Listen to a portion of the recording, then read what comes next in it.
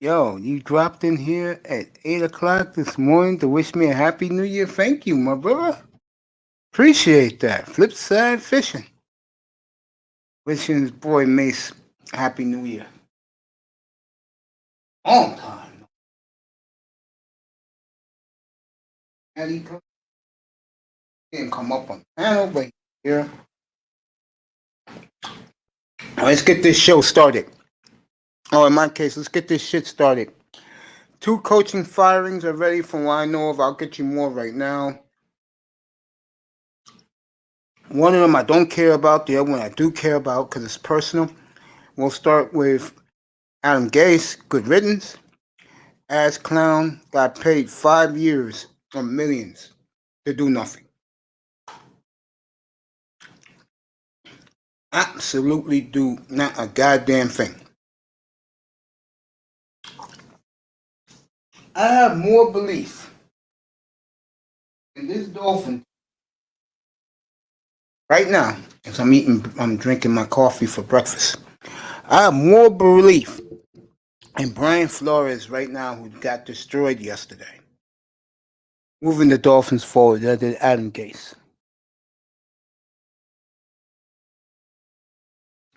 Romeo Crennel was let go today.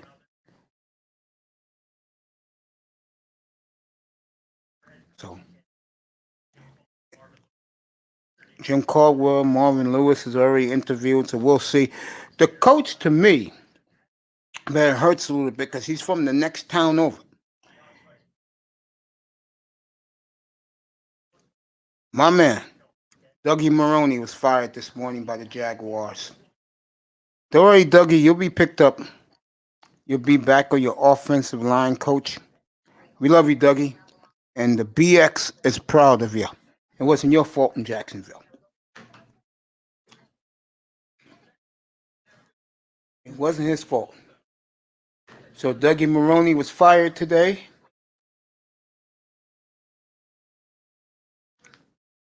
And statement from Shad Khan was that the fan base there is overdue for a winner. Well said. You're about to get Trevor Lawrence. You're about to get Urban Meyer. You're going to have a winner. Do you beat teams in the likes of the Chiefs, the Dolphins, the Buffalo Bills, the Jets, if they go and get Zach Wilson, which is rumored? If that happens, I don't know if you're going to do that. But you'll be in the mix. You find out who was fired today. They should be coming in fast and furious. Let me take a look. Who else was let go today? Beautiful day here in New York City. It's a chilly day. Well, it's a good day.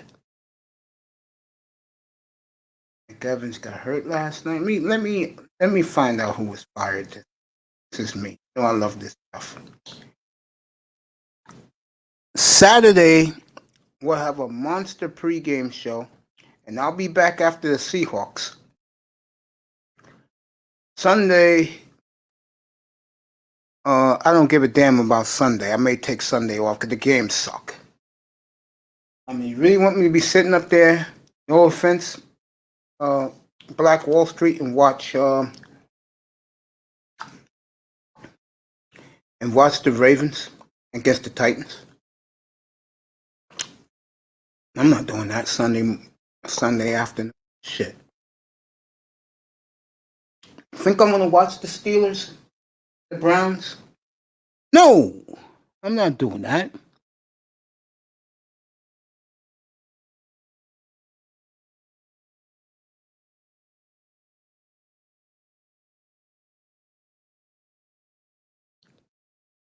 Think I want to see Bears Saints Sunday? No.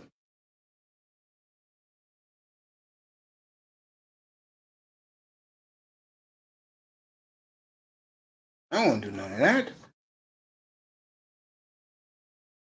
So if I come on Sunday, it'll just be like a regular day, and I'll give you the scores. But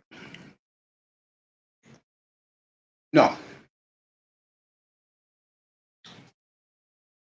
Saturday is the day, and after the Seahawk game, I will be on.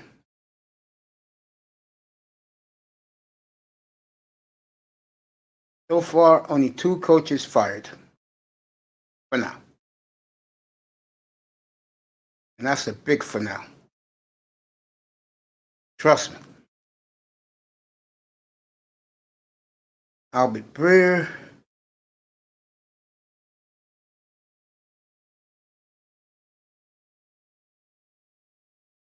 Yeah.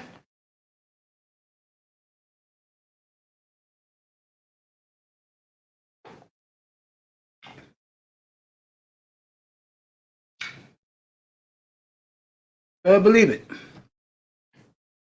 Bengals sticking with Zach Taylor. Let me see the updated draft. Mock draft.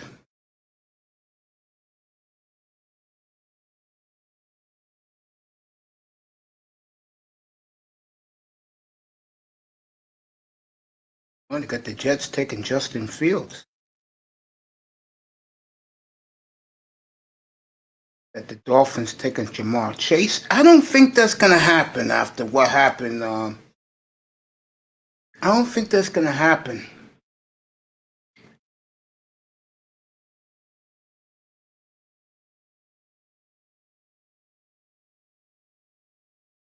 I don't know that's going to happen.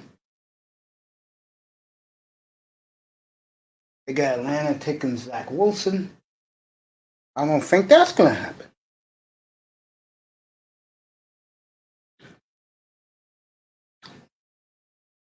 Go back. Let me see.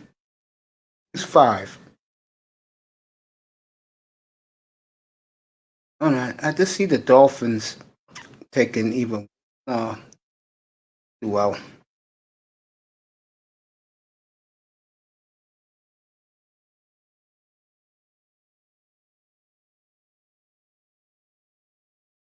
I can see the Jets taking Josh Fields, but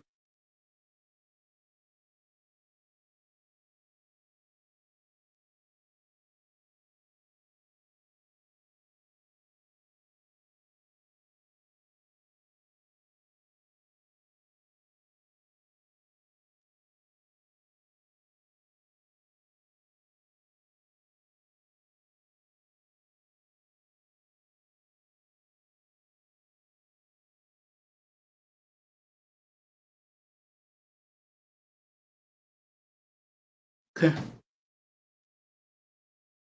I just don't see Miami going with the receiver now. Let's see who's in here. Flip Side was here. Sheila E is here. Good morning, baby girl. Fred Ward is here. Good morning, my brother. I just don't see that happening. But I will get more coaching firings during the day. Trust me, I'll be here for a while. I just got home. Sheila E, I saw you, baby girl, in Platinum's chat. So, you know how that goes. Let me see what Fred Ward said. Said, what's up to me? Why did I pick the Cowboys to win the division? Because they have the most talent. And they had a chance to win again, but Andy Dalton was Andy Dalton yesterday. And my heart goes out to the beautiful Sheila E. For her Giants won their game yesterday. But the Eagles coach did one of the dumbest moves I've ever seen. This man had a chance to win this game outright, send the Giants to the playoffs, but instead he puts in his third string quarterback, throws the interception.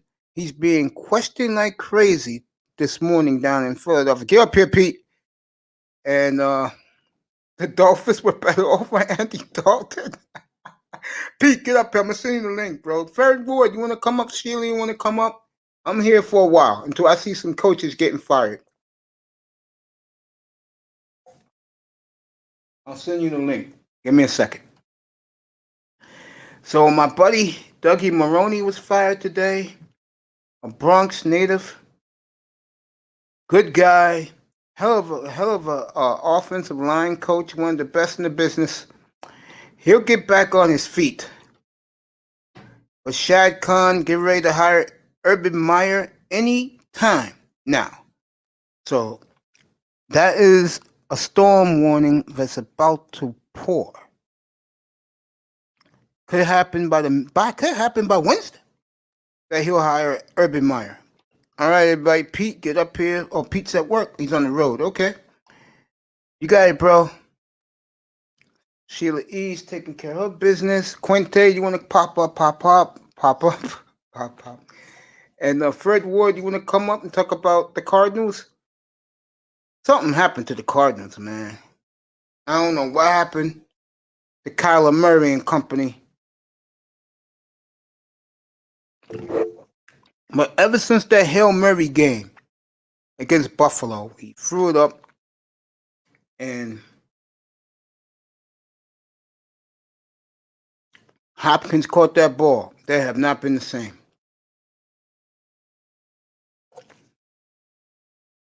Arizona finished 500. Yeah. Yeah. Andy Dalton, bro. Typical Andy Dalton, everybody. I am here. 11 o'clock. We'll get more word on the street. Let's go over some games yesterday. I'm here. Okay. Miami. Destroyed by Buffalo yesterday. And the Dolphins, every time they lose their biggest game, they get destroyed. I don't understand that. I just don't. The Bills and Ravens are the biggest threats to the Chiefs. Yeah. And so are the Colts. You're going to hear this from me right now. The winner of Colts Bills on Saturday is going to win the AFC title. You heard it here first. The winner of the Colts against the Bills up in Sheila E's part of the neck of the woods, up in Orchard Park, New York, they will represent the AFC in the Super Bowl.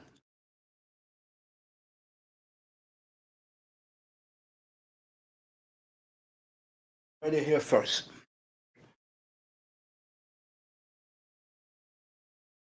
Yeah, Dalton was bad yesterday.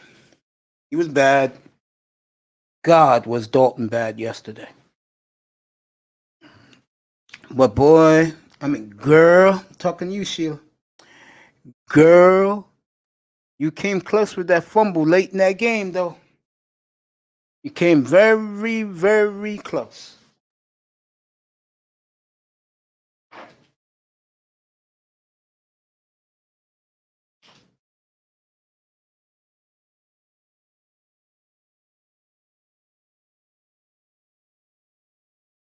Very close.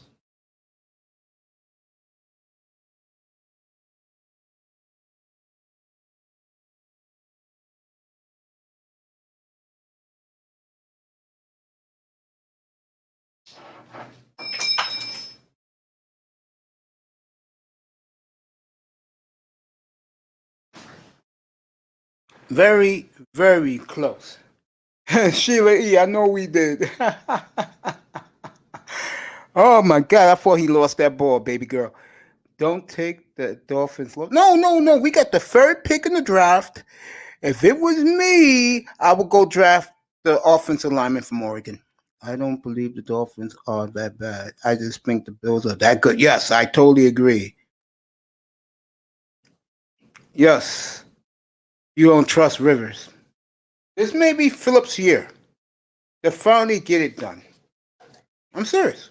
I think this could be Phillips' year to finally get over the hump and get to the Super Bowl. When I look at the AFC, Colts, Bills, Chiefs, the Ravens. I can see those four teams getting out of the AFC. I don't see Pittsburgh. I don't see Tennessee. And I don't see Cleveland.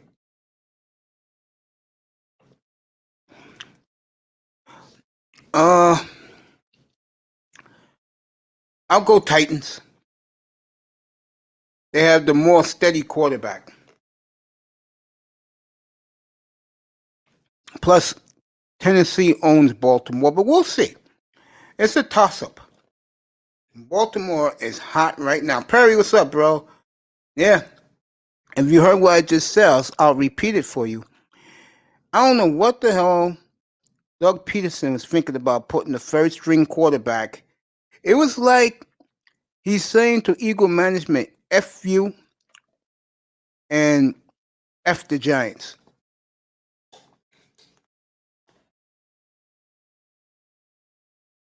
And let me say something to all you guys, all you beautiful people in the chat room. Me, Fred Ward, Iman, we all go way back. Sheila E. has been so faithful to me. I just want to say this. I love you, baby girl. I just want to say this. I love you all. I mean that. I'm not one of these egotistical guys. I know when Fred Ward was up here a couple of months ago, he said something to me. He said, Mace, have you noticed the small content creators like me and you? More him because he got the beautiful Topaz, Brandon L, and Kenny Conjo with his crew on Saturday afternoons. I guess they start 11 o'clock now, Houston time, which is 12 noon here in the East Coast. Great show. Subscribe to it. He said, you notice that? I said, yeah. Well, let me say this. I mean this with my heart. Without you, all of you, I'm not here. I'm serious. I had the confidence to always do something like this. I just never thought in my wildest dreams I can do something like this. And I love you all. And I appreciate you all. And thank you all. You hope Washington beat the Bucks. They're not going to do it, but, you know, you can dream. We all can dream. I don't see it. I think the best game of the weekend is Buffalo Indy. A lot of pressure on Lamar this weekend, yes, to win a playoff game. Yeah, if he loses this weekend, for him, it's a wrap. I'm serious. I wonder if the Ravens would resign him. Like they will give him an extension next year. Not this year, next year. But you're absolutely correct, Fred Ward. There's a lot of pressure on Lamar Jackson. Not only this weekend, let's see how far can they go. Hey, I dream every night. Iman, you funny, bro. I miss you on those Kevin Samuel platforms. Yeah, I mean it. I told these guys from day one, Sheila, when I first started this, we're going to become a family in here. It's not about me. It's not about my ego. It's not about subscribes. It's not about clicks. It's about us. And I truly, truly believe in that. I'm not just saying it to say. I say it every night. There are times, Sheila E., you're not here at night, when certain guys make me cry because they say some of the most kindest words to me. Shout out to Dusty. Shout out to Platinum Elite. I think they're still going on right now. That's right. We are family. And it's like I tell the brothers in here when they come up, baby girl. I look in the mirror, I'm black. I'm black. I'm proud to be black, and I love being around my peeps. No problem, Mace. We go back a year and a half, bro. Yeah, bro. Coolest channel in this chat. You always been cool people. I appreciate that. So have you, the most handsome stud in the manosphere. That's what my man. I'll say this again. I said this the other day, and I know he's listening right now. Shout out to Casper for King. I told Casper right here that I don't discriminate against light-skinned brothers. I know that shit goes on, the the LeBron James syndrome, because LeBron don't like light-skinned brothers. You're black, you're black. That's how I look at you. Male and female. And I appreciate it, man. You too, bro. You're a good guy, man. You're a great guy, bro. And you know me, I peek in, say, watch through the clouds your show, your great platform, with three beautiful human beings, I might add. Shout out to all of them. Appreciate all four of you. Kenny Conjo. Yes, right. Kenny Conjo, Brandon L. This great man right here, Third Ward Colombian. Drop your link in there, bro, for your show. Drop your link. Plug it. There you go. For the record, TV. Excellent. Oh, it's back to 4:30 now. Okay. I know a couple of weeks you guys went noon my time in the East Coast or 1 o'clock my time. You're back to 4:30. There you go. Subscribe. I have. For the record, TV. There you go. They do an excellent job. And you told I'll peek in Saturday because no, I'll be off. I'll be watching the football, but I'll peek in and say what's up to you guys on my phone and say what's up to you. Appreciate you so much. Sheila E. dropped another video the other day.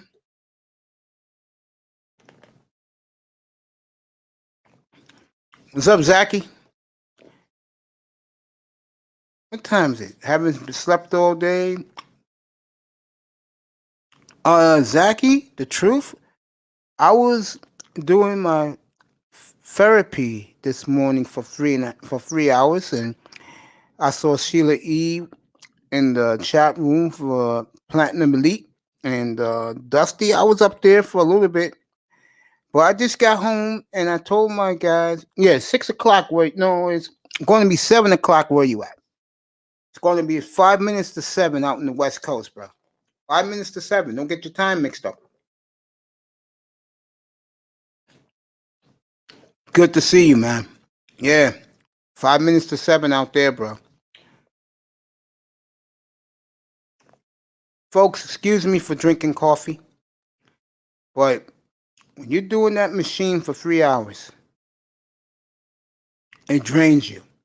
And the only reason why I'm up here at this time right now because I love when the coaches and GMs get fired around the league. There's only two so far. Gase fired hometown boy, BX boy, Dougie Maroney, fired by the Jaguars. That's because Urban Meyer, I'll say this again, Urban Meyer could be the Jaguars coach and president of operations. He'll get the whole shebang by Wednesday. Trevor Lawrence will be there. The question is, what will be Zach Wilson? The Jets, Miami, Atlanta?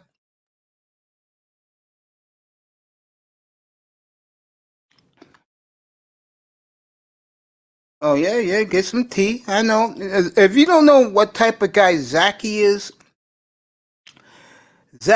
one of these brothers that you would consider upper crust, bougie. He likes the fine wines, a good cigar, and fine art. Just look at his next time you're on the same panel with Zachy, check out his avatar. And then you'll know what I'm talking about. He's a man of many talents and many tastes. But I'll tell you one taste he has a love for. And he would have been great on Platinum Elite's channel, but he would have to wake up at 3 o'clock in the morning, his time, to be on that panel, talking about women who lie. I was up there for a little bit. Dude, Kuda gave you a shout out the other day. You're good to me. You may go a little bit that way, but you're good with me. I'm gonna leave that alone, bro, because even though I don't have a woman in my life right now, Sheila E. and Mahogany, and then shout out to and good morning to the beautiful Simone Love. I know she's watching in the clouds. To you, have a good week, baby girl. I'm not saying that quote you just dropped down there. I'm getting a great relationship with the sisters now. Let it stay that way. I'm not mentioning what you wrote in the chat. My good buddy Pete said 2018 quarterbacks made the playoffs. That's the only three young guys in the playoffs. Everyone else is an old vet.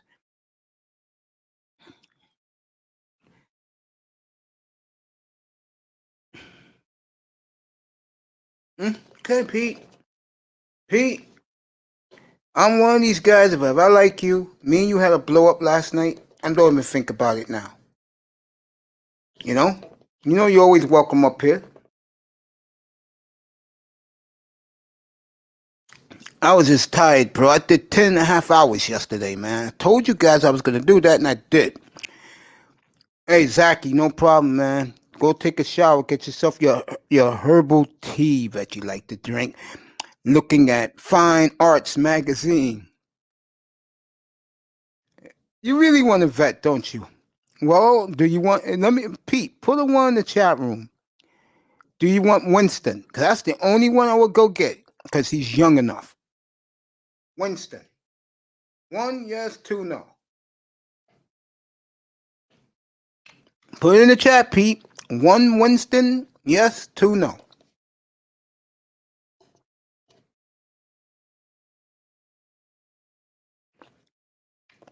Pete, you know what? If they told me that if they told us on March 17th they're bringing in Jameis Winston, I would not have a problem with it. Good for you, Pete. Now we're talking. Now me and you in the same ballpark. Yes. Winston, yes. I will sign Winston in a heartbeat.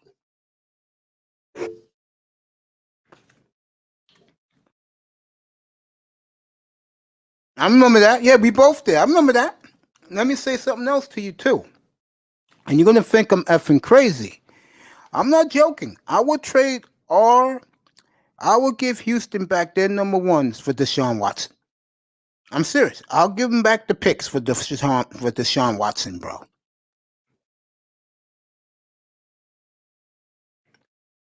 EM said the same thing. Yep. What's up, fireman? Good morning, my friends. My family's in here. I love you guys. I really do. Pete's driving, but we both... Pete, when you come up here, we'll talk Jameis Winston. How's that? I'm serious. Very what?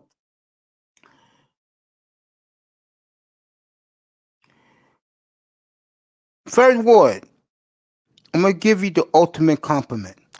You know at your channel, the best move you guys made? You brought Topaz in. Fireman, what's up? Good morning, my friend. So far, only 2 coaches fired.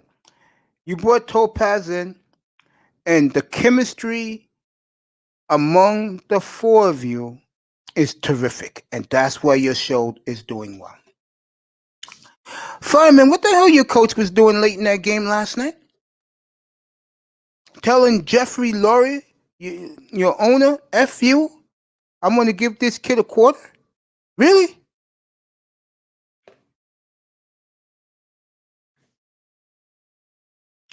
I think he hates the Giants so much that he did that on purpose. Eli Manning was pissed last night.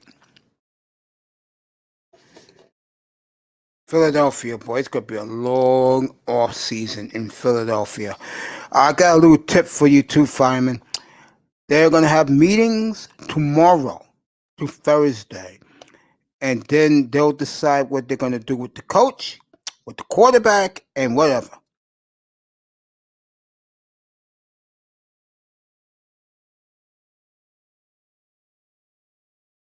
I don't know, Pete.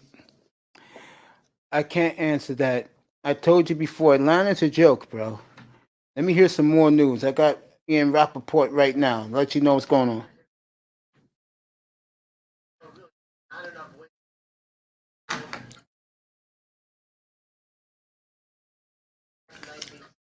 Tell you guys some more stuff right now.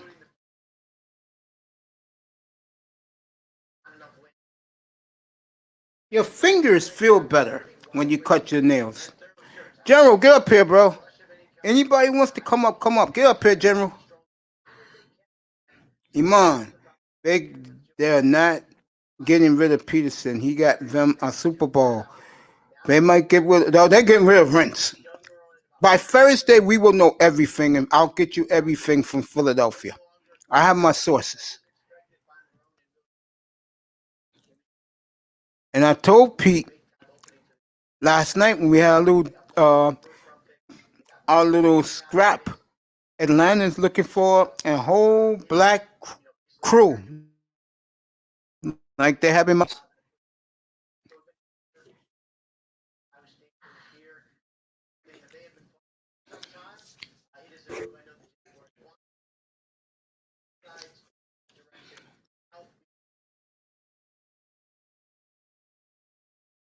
I would agree with that.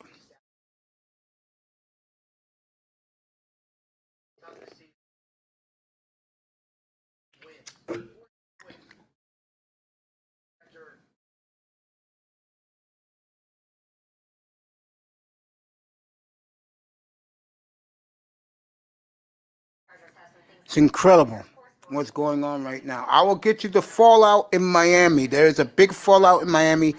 Pete knows about this. I will elaborate on it a little more. I'm going to read a couple of things and then after, but there is a fallout in Miami. I knew, Pete knew, I test knew.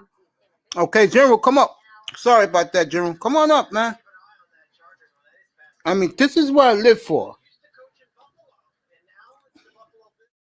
Yeah. There you go, General. Come on up.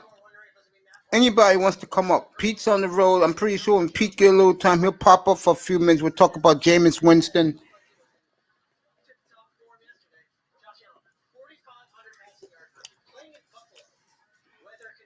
General, I dropped the link. Iman, any of you guys want to come up? Come on up, General. I'll let you do the State of the Lakers address if you want.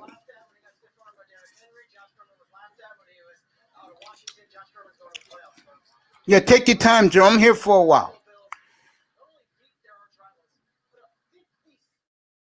I'm gonna say this right now, and this is for Pete. This is about Miami. One Z's. What's up, my brother? I gave you a wrench, I believe. Everybody in this chat room has a wrench, so I don't have to worry about it. Let me check one Z's real quick.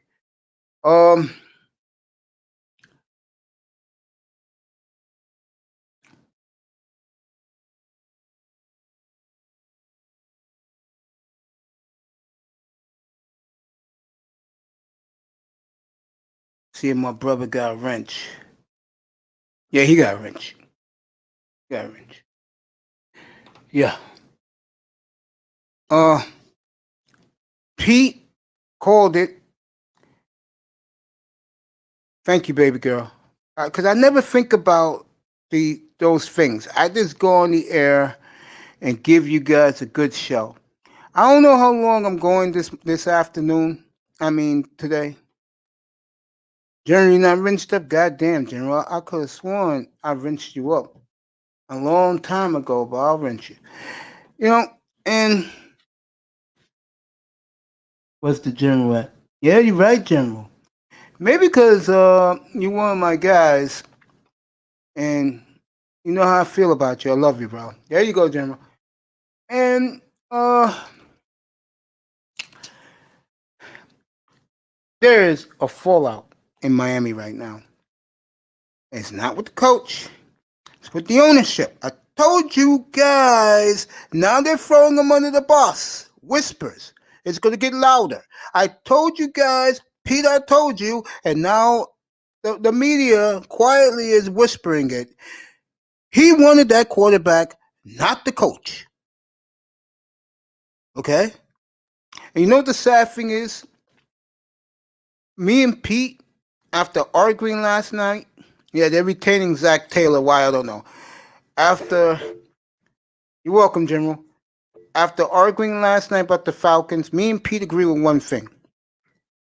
Bring in Jameis Winston. He will clearly beat out Tagovailoa over. Red Plane Photography, what's up, my friend?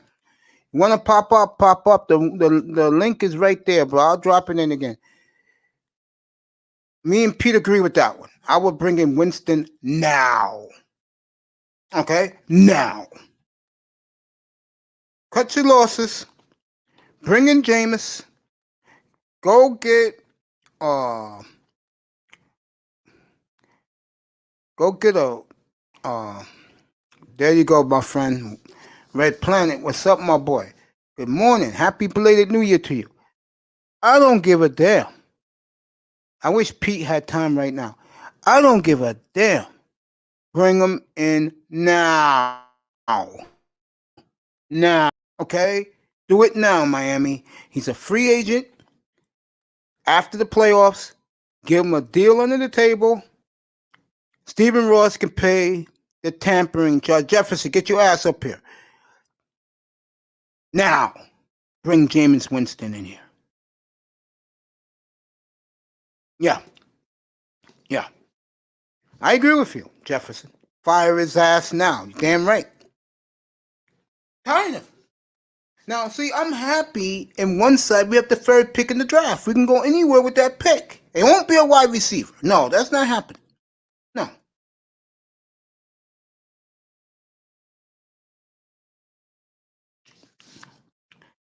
Whispers about the Dolphins with this kid I'm about to introduce you to. There'll be no footage. I don't want to bore my audience. Zach Wilson is now on the Jets' radar and the Falcons' radar. And Pete's boy down out in Ohio State can go either place, Atlanta or to the Jets at 2. I think they're finished for Sam Darnold. Niners love Kyle Shanahan loves Sam Darnold.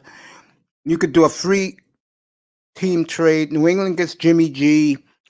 Darnold goes to San Francisco, and the Jets get San Francisco's pick. That's a fair deal for everybody. Anybody want to come up? Come up.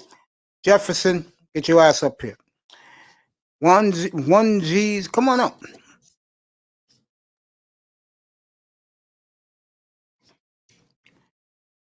Fireman says, what do you think about... Oh, I love Parsons, but we have a different problem in Miami now. I mean, Parsons was the pick at 3 all along. We have a major problem in Miami right now. But again, I don't want to bore you. Let's do the playoff matchups. I'll do Sundays first because I don't really care for the game Sunday. So if I'm not here Sunday, folks, I'll do the pregame. If I'm not here, I'm done for the day because these games bore me. Tennessee first against Baltimore rematch. Bears, Saints. That's for Lou Shirley. That's her team, the Chicago Bears. Congrats to Lou Shirley. Then the late game is Pittsburgh and Cleveland. Do I have to see that again? Now, Saturday, I will be here after the Seahawks game. I'm going to do the business show first. Then I'll take you up to Orchard Park for a pregame show up in Buffalo. As my boy, Mon Perry's with me. Mon, give me this one quick second to put this coffee cup down. Boom. Happy Hey, what's happening, Mace? my friend. I'm good, man. How you doing? Happy New Year's to you. Always looking sharp in your avatar. How are you?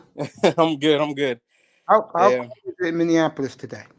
Shoot. What is it? It's like 20-something? Yeah. Maybe like 15, yeah. Now, it's snowing out here. Yeah, it's a little bit of snow. We just had a blizzard a few days ago, but it's all good now. Yeah, you are brave. That's right, Fireman. Sunday's games bore me. The first 2 games I love. Buffalo and the Colts. I think the winner of that game will win the AFC outright. And I love, guys know I support the Seahawks. So Seahawks Rams rematch. You know I'm going to watch that. And then for Sunday? Yeah, I'll give it. Yeah. I'll do it. So who you got for that? What's that? Baltimore and Tennessee? Yo, man, I love Lamar, but I feel sorry for Lamar. I think they're gonna get crushed again, man. Tennessee got too much offensively and defensively, man. Yeah. Their receivers and tight end are very, very underrated. Oh yeah, AJ Brown. I knew AJ Brown was gonna do really well this year. He got injured for like 2 or 3 games, but after that, ever since he had like a touchdown in every game, bro. No, AJ Brown is the real deal. I'm sorry about you and Sheila E's Giants. Oh man, F them damn Eagles, man. God damn. I didn't even know he wasn't hurt. So he just pulled Jalen Hurts out the game. Yeah, to play the first string quarterback. He's going to be reprimanded for that by his head coach. I mean, by the owner. You'll see. That was some bull because Jalen Hurts was fighting for a job too. You know what I mean? It's like I don't get that. I agree with that. And they're going to have meetings this week to a lot of politics. Yeah, Philadelphia's have meetings starting tomorrow and see what they're going to do with everybody. One of my favorite people in the manosphere, both of you, by the way. General, first of all, let me apologize for his conduct the other night. I took care of that. The general in the house, man, Mace. Yeah, Mace, you don't owe me an apology, man. I get it, man. You know, I don't have no hard feelings toward the young brother. I don't, man. So it's just a simple conversation. And see, that's the shit that I be talking about. When they can't handle the conversation, they want to take it and turn it into a personal attack. Like no one's talking about how accomplished you are or not are. I'm happy for you, for the young brother, that he's accomplished a lot. You know what I'm saying? I don't know his background. I don't know who he is. But let me say this morning about your damn Miami Dolphins. Now, didn't I tell you about them damn Miami Dolphins? I told you about, man. I told you about them damn Miami Dolphins. I know you love them. I know that's your squad. But Jerry, you know what I took out of it yesterday? What you take out of it? What you get? We got the third pick in the draft. But I mean, they are still very much alive in the playoffs, though. So they could potentially turn something around. Oh, that's what I believe. That's why I have so much confidence in them, General. I mean, me and you were about the same age, so that was my team since the very, very early 1970s. Mom, I'll get to you in a second. Red Planet wishes everybody Happy New Year. Jefferson said, "I can't talk now." Okay, it's all right. Pete said he'll be up here in 20 minutes. Fred was saluting Jefferson. 1Z said once went out. Yeah, he'll be gone. Fireman, you know the Eagles were trying to tank. Don't rely on another team. Fred Wood saluting LaShawn, saluting him. I feel the same way as the general. You don't owe anybody an apology. Wait, Miami's in? No, Miami's out. Miami didn't make it, Fireman. But we got the third pick in the draft, so I'm not crying. Mom, pop up. When you beat the Cowboys yesterday, I had Sheila E. live. She was ecstatic. How disappointed you are that Peterson did what he did last night? Yeah, I know it's all politics, man. For real, for real. Oh, was Eli Manning pissed, bro? Yeah, that I don't know exactly what he's thinking, but I don't think they're gonna get rid of him. Nah, he got him a Super Bowl like 3 years ago. So, and they had a lot of players injured. I think he's got seniority, so he's good. They're getting rid of Wentz though. Way too many injuries, man. So what pick? I could see that. I'll let you know right now. I'll let you know. Yeah, let me get the draft order. It's in the top 10. A high pick because I think they won like 6 or no, like 4 or 5 games. No, they went. I think they went. They lost at Dallas, right? Yeah. And they went 4-11-1. They got a high pick. 4-11-1. Oh, all right. So they probably got like maybe like the 5th or 6th pick. Yeah, I know Miami's 3. They got the Texans pick. You think they're gonna go for a quarterback? They could. Oh my God, yeah. Eagles. I mean, what he did yet? Oh, Philly? No, Philly's gonna keep Jalen Hurts. They're just gonna surround him with some more talent. Yeah, I think Philly's gonna get a receiver or offensive lineman. Yeah, I think they need a receiver. For real, because them guys ain't cutting it, man. They got practice squad guys on there. Eagles pick 6, by the way. 6th pick? Yeah. Let me see. Who's Eagles first? Pick 6. Jaguars and then Jaguars, Jets, Dolphins. So 2 quarterbacks are going to be going. Dolphins not going to take a quarterback. The Dolphins could do anything. Mm-hmm. What about the Bengals? Because I know the Bengals they still had a bad record and they looking for a quarterback, right? Because Burrow went down. Yeah. So they might be getting a quarterback. Yeah, they might be. Yeah. Damn. Dolphins' biggest needs. Yeah, that was tragic, man. I think he had the same injury as Teddy Bridgewater. That's kind of why they kind of shaky on him on Joe Burrow. All right, this is the draft order as we speak. All right, go ahead. Just to give it to you. General, stay on board. Jacksonville, Jets, Dolphins, Falcons, Bengals, Eagles, Lions, Panthers, Broncos, Cowboys pick 10th. Then your Giants pick 11. Niners 12, Chargers 13, Vikings 14, Patriots 15, Cardinals 16, Dolphins got the 3rd and 18th pick. 3rd and 18. What could the Dolphins get? Dolphins will have 4 picks in the top 46 picks in the draft.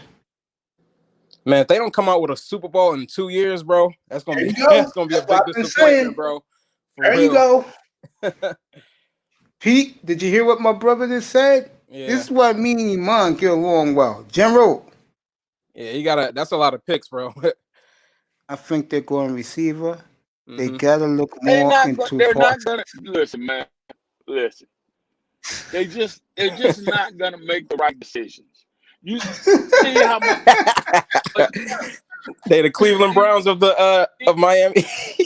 You see how much bullshit they got going on, right? This is why they're trying to force fit that young quarterback in there simply because of who he is and the program that he came out of and the NFL ties that coach has and all that bullshit. That's it. They're trying to force fit it. He's not the guy for that offense. Yeah, they're getting rid of him too. They ain't gonna get rid of that boy, man. Yes, they could. See, that owner. What was he? Number one? What was he? Number 1, number 2 in the draft? 5th. All right, number 5, possibility, but they could because they got so many picks and they got the 3rd pick. They can make up for that mistake. Just like Arizona. It's a strong possibility, but he's a high draft pick. I'm seeing it. General, let me tell you something right now. The fan base hated him before that game yesterday, and it was a disaster. They can't stand him even more now. See, if he came out and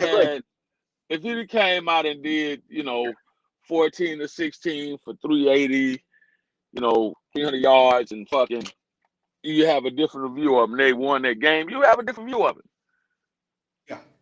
You would. That's correct. Correct. Before I continue, let me say this. That's the nature. Okay, number 1. Mm-hmm. Go ahead. Number 1, that's the nature of sports. Talk. Right, I respect you. When you get a guy, especially in football, that's the nature of sports. And you get a guy like that, and he's obviously, what is he, in his rookie year? Yeah. All right. Yeah. So in his rookie year, people gonna look for high expectations because of the program he came out of, being a quarterback for one of the most starred programs college-wise that we have. And then the way he played in college. You see what I'm saying? So people were looking for him to be this. So like I said, he's not having that type of, that type rookie year. Yes. Yeah. Not even close. Not. But you can go ahead. Yeah. I'll be on mute till I get out here. I just want to say this to you. There's 2 guys in this entire manosphere that anywhere they go, instant respect by the concept creators. This man is one. The other guy is a spiritual logic Hulk. And a belated Happy New Year to you, General. And I'm glad that you came up to say hello. I appreciate you. And me and you about the same age. So we think this is a little similar. That's it. You go this way, I go the other way. But my point is, how much respect I have for you and your knowledge. Right. And I appreciate you. I appreciate you. I appreciate you for having me. But also, I like coming up here talking about sports with you because, like you say, you're very knowledgeable, and we do have a lot in common as far as age is concerned. We've been around. we've seen, we've watched, and we have an understanding for what, in my opinion, for what we're actually talking about. Now, by no means am I the subject matter expert on sports. I just follow football just enough because I like the sport. I like the game. You understand? But my sport is basketball. Want to give it now, General? You're far more. No, not yet. You are far more knowledgeable than I am as far as football is concerned. And there's some other brothers up here that are way more knowledgeable than what I am in football. I just keep up with the current, what's going on currently. Playoffs getting ready to start. My Niners are sucking. We lost yesterday. I would like to think that I can talk a little bit more about football than just wins and losses. I do know my position play.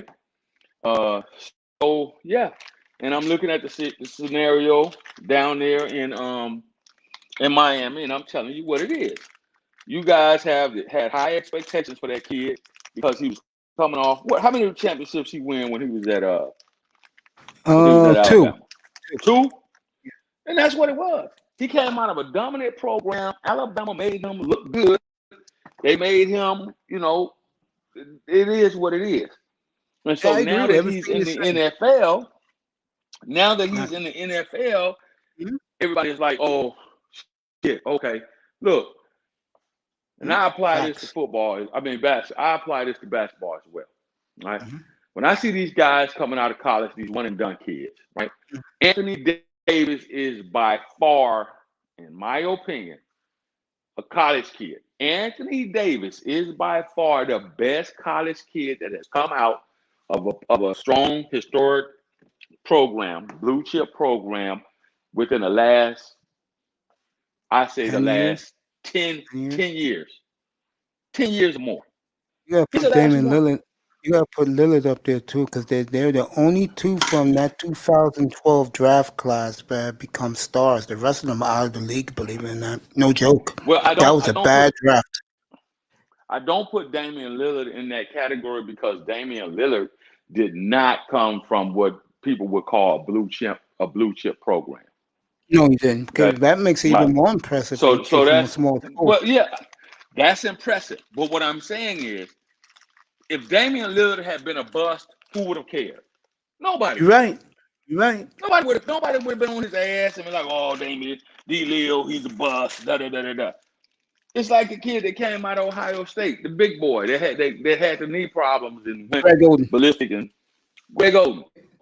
Everybody expected this kid to come out and be the next big thing, right? In the NBA. But he was a bust. He was a wash. He was good in college, but the only reason why he was a wash, because if he had went to Murray State, if he had went to some small NC2A Division I school, nobody would have cared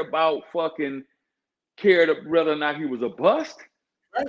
But when you come out of a North Carolina, a Kentucky, a University of Alabama in football, you come out of a USC, you come out these notably big blue chip schools, of course you're gonna get flat. And that's why y'all hating on that kid, because he came out of Alabama off 2 national championships, and he was the next do-all everything quarterback. Fireman, you're right. The experts were telling y'all he was too small. He didn't have that big of an upside, and now it's faring out. Yeah. Y'all are seeing it. Fireman, you're right. I see the Eagles getting a Jamar Chase or the kid from one of the Alabama boys at 6, or even the offensive lineman. Yeah, Alex Smith versus Brady. I'll skip it Saturday night. And that's how you feel about Justin Fields? Hey, don't skip it. That could be a pretty good game. Washington got a squad. They can get after Brady. Defense. Chase Young. McLaurin. McLaurin can get over the top. So yes, he can. Because y'all looking at the brand Washington. They've been bad for a long time, but I think it'll be a good match. Fireman, you gotta remember one thing. That kid played on busted ribs and beat his arch rival since high school. And you can tell those two guys, him and Trevor Lawrence, do not like each other. Grew up 10 minutes apart. General, pop up for a second. General. I'll let General go. Iman. I'll get back to General. Iman. Yo, what's up? What you think about Josh Fields' performance Friday night against Clemson?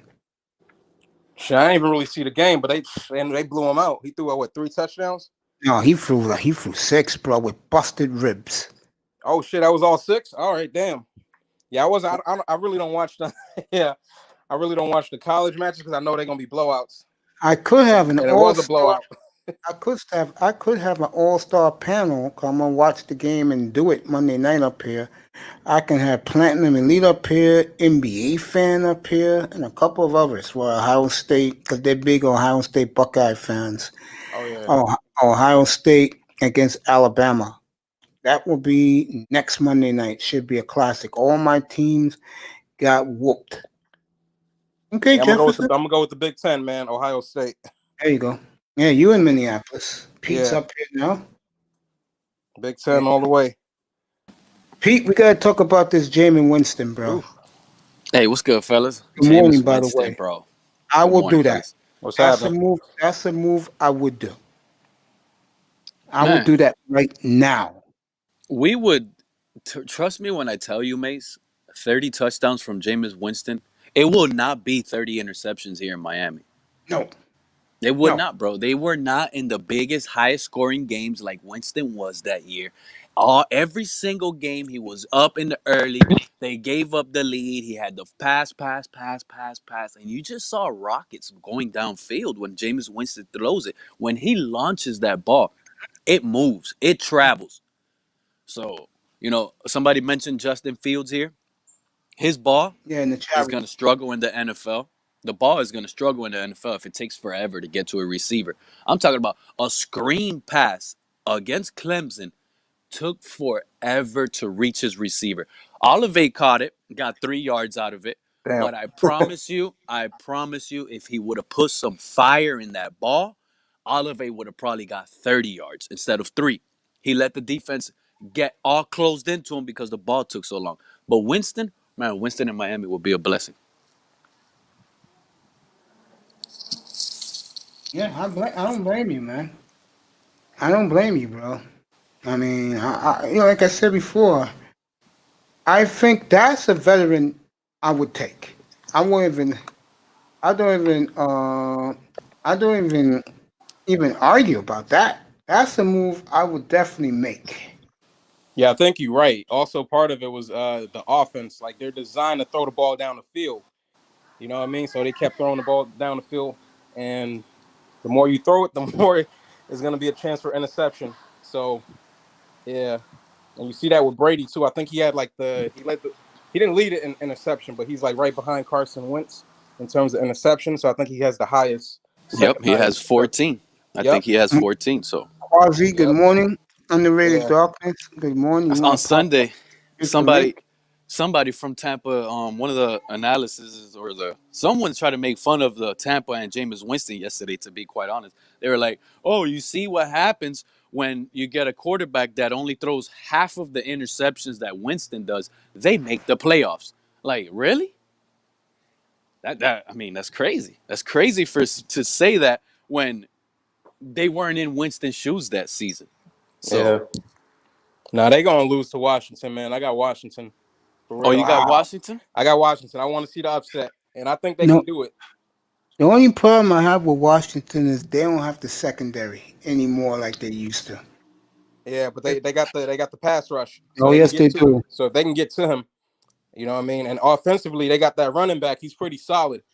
Yeah. And then they got McLaurin and the other tight end, so they can make something happen. So, and their second, he used to be Buccaneers. You know the tight end for them now, who's starring for them. He used to be the quarterback. Mm-hmm. I'm gonna say about 10 years ago for Virginia Tech. Yeah, they said that last night. He used to play quarterback. I remember him as a quarterback. Let me read this real quick. Mm-hmm. Quasi says, Mace, back your video YouTubes is canceling accounts. Open a second channel as a backup. Okay, I will do that. I agree with that Washington beating Tampa. It wouldn't surprise me at all because when you really look at that defensive roster, they have exactly what you need to beat Brady. And what is that? Yep. Rush with 4. If you put pressure with 4 guys, Brady's done, bro. If you blitz Brady and you have to blitz Brady to put pressure, he will eat you alive. So Yep. Washington has exactly what's needed. It's up to the secondary at this point, like you said. Are they have enough to stop a Gronk, Mike, AB, Godwin? That's a big task. But if they could put pressure with 4, forget those guys. Yep. Yep. And then on the Tampa Bay side, their rush defense is good, but in the secondary, they're garbage. They've given up a lot of points. So, and Washington can score. Like, don't get it twisted. They can get in the end zone, and it's gonna be a home game. So, I know there's And no fans in the. and it's really hard to game plan against Alex Smith because he is so smart. Yeah. So you're just gonna have to wait till he makes the mistakes and punts it and hope you make a good play, a sack here and there. But Alex Smith is a smart quarterback. And he can move a little bit. Yeah, I'm kind of scared, man. Like every time you get hit, man, you seen what happened to him, right? His knee injury. Oh yeah. Yeah. I saw that. That was. I didn't think he was gonna be able to play again, but it was great seeing him back, man. Because I've had knee surgeries, man, 2 of them. Sorry to hear that. Back. Huh? Yeah. Yes. My brother broke his leg. Actually, he broke both of his legs, but on one of his legs, he needed by his Screws? ankle, he needed screws. Yeah, and until this day, I mean, he's no athlete anymore. But to this day, he'll stand on the leg and he'll be like, "Oh shit, my leg hurt." Like, what you mean? Man, Oh, screws. It is, but Yeah, it happens. It does. You have to understand. We had this conversation with Laro. You have to understand, man, that guy had at least $2 million worth of work done to repair that leg, versus a couple of $100,000. For you or I, if we fucking go out there and break knee screws or something, they're gonna give us some titanium, fucking maybe 10, 15. Man, they might put tie straps in us. Ain't no telling what they're gonna do. But for those guys, because of the way the modern medical science, Alex Smith, by all accounts, should have never ever been allowed, let alone had a thought of playing football again. But because of modern medicine, they had the ability to go in there and repair that guy's leg and fix it. And now look, he put the work in. And let's get even deeper. His leg got infected. Yeah, and he that's almost what it was. lost his leg. Yeah. So even worse. So that shout out to Alex Smith, man. God. Yeah, he a beast. That guy has no quit in his heart, bro, and that's what you need. Yep. So I got Washington. I like the Washington football team too. In that game, simply because I'm just not a Tom Brady fan. I knew what the NFL did to set him up to go down as the all-time winningest quarterback as far as Super Bowls are concerned. Yeah, get them 6 rings. Yeah, I knew what they did. So I'm like, all right, they had to have their version of Michael Jeffrey Jordan in the NFL, and they had to have it as a quarterback, and he had to be a white boy. Let me say this to you guys right now, and I'm dead serious about to come out of my mouth. And you may give me pushback, and I respect that. But I'm telling you, you're going to start hearing it loud. Aaron Rodgers win it this year. A lot of people are going to consider him the GOAT. I already consider him the GOAT. So, I mean, that's just another ring.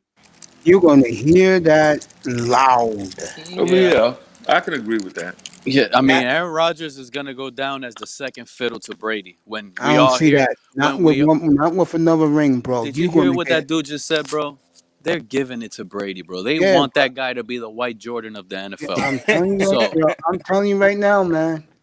I'm serious, fellas. Rodgers winning all this year. He'll be the only quarterback ever to win the league MVP, Super Bowl MVP, and a trophy. Yeah, I love Rodgers, bro. I get that. Was what's his name? Kurt Warner. Kurt Warner did it with the Rams. Kurt Warner did it with the Rams. Yeah, so that was the last time. I'll give you that. I'll give you that, Mace. I'll give you exactly what you just said. But at the end of the day, I would not be surprised if it's not some bullshit with Tampa Bay getting to the Super Bowl this year. Yep, I can see that. And it's gonna be in their home stadium Tampa too, right? and Tampa. Yeah, Yep. but you know what? They're gonna have to go to Green Bay early, and They might. I Let don't me see see. it. Yeah, they probably gonna go to Green Bay because I'm thinking the Saints. If they see the Saints, Early, it's over. early. But Yeah, I think they're 'cause I don't the see. sixth I don't seed. see the Rams Well, beating Seattle. Tampa. I don't know about that one now. Hold up. Shit, they barely squeaked out a victory against my Niners. Barely. Yeah, Yeah, but Motherfucker, just the week before they held the Rams to free field goals. That's why the young coach McVay, but they didn't they, have Jared Goff, did they? yeah, they no. did. Yeah, He they got golf injured. I Did thought he they? played. got injured. Golf played No. against Seattle. He got hurt in the fourth quarter, but Oh, all right. Well, Seattle yeah. was dominating them on defense. But Seahawks against Golf held them to free field goals, and you wonder why now the Rams think they made a mistake. Just like Philadelphia's admitting they made a mistake. Forget. You guys want to know what team made the biggest mistake? Is the Arizona Cardinals, bro. Mm. That is the big. I'm telling you right now. The You think way so? Kyler Murray, this is gonna happen to him every single year. By the end of the season, he is gonna be banged up, hurt, and he's not gonna be able to get into the playoffs. It's gonna continuously happen with the way he's too small, Yeah. and he runs too much. And he's a bad quarterback out of the pocket. He will have open players. He just doesn't throw it. He'll run out of the pocket, wait, and then throw it once he sees another receiver. He has no Mm-hmm. pocket anticipation, no patience, no nothing. Kyler Murray is going to be a problem for Arizona for a lot of years, bro. It's going to either be Yeah, they he's saying always out because of injury, or it's going to be always late trying to get into the wild card, and he's too banged up at the end of the season to try to help his team get in. I know one thing: San Francisco will be back next year healthy. Oh yeah, So San that's because Francisco another. they got will be a Osa back problem and next the other year. dude. Yeah, San San Francisco is gonna be Francisco is good. going to be I a agree. major But problem next year for the entire NFL. I agree. Especially if they get a new quarterback. Rumors are they're interested in yeah, Sam Darnold. what pick are they getting in the draft? 12. 12, 12? but they're interested. I could see a freeway trade. Jimmy G goes back to the Patriots. Mm. Sam Darnold goes to the Niners, and the 12th pick goes to the Jets. Mm. So let me. Interesting. So if Jimmy G goes to the Patriots, Mace, and they start winning, would it Oh, be? you know they're going to start winning. I know that's what I'm saying. That's why I'm asking this question. If that happens and they start winning, and he wins for another 5-6 years with this guy, right, for a long time, Yeah, is it Bill Belichick or is it the quarterback now? it's It's Bill Bill Belichick, Belichick. Exactly. without a doubt. And Belichick, well, because remember, Belichick loved him. It was the Brady said get rid of him, and the owner got rid of him. And Belichick was, and that's one of the main splits why Brady's in Tampa. Belichick is still in New England because Belichick wanted Jimmy G. Loves him. You know, I mean, Belichick was gonna bench trade Tom Brady and start Jimmy G. The owner yeah, they didn't let him. wasn't winning. Yeah, and I could say this right now. You know, when you look at what's going to be happening, this is going to be a fun off season. Hey, let me ask you a question, Pete. Would you take Jimmy G in Miami? You know what? You know what? I'll take Jimmy G in Miami, bro. Yeah, there you go. I would I take him really too. would. I would I take really him would. too. At Yeah, this point, Miami, people got to understand, Dolphins cannot be greedy with quarterback.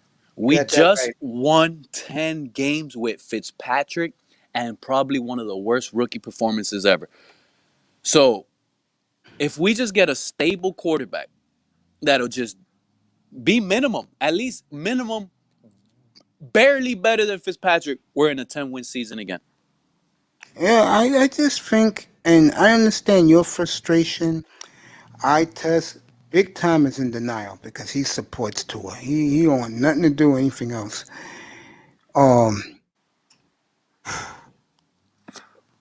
it's gonna be a Sometimes, fascinating.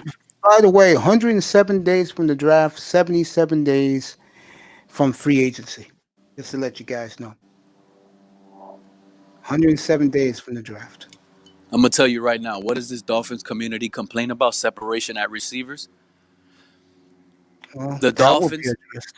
the Dolphins better go get Curtis Samuel from Carolina Panthers.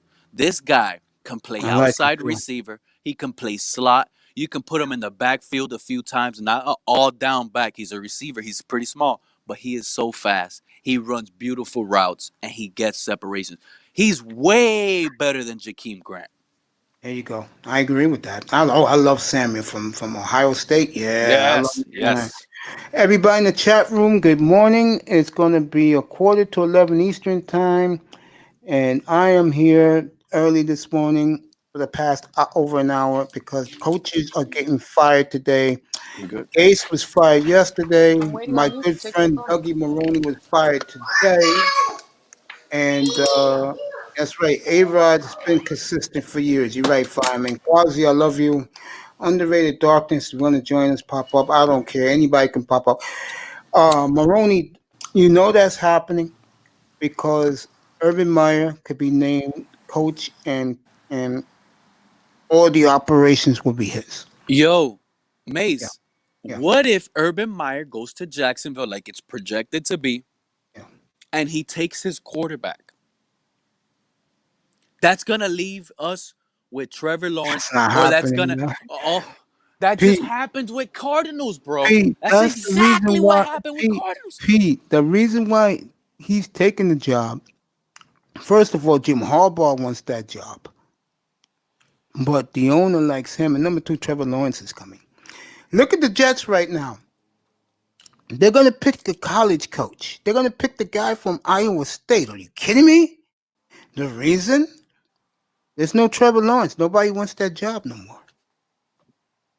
I- if Trevor Lawrence was coming here, oh my God, here right now, they'll be singing coaches. But these people here, only Jet Central, who does a great job, shout out to him.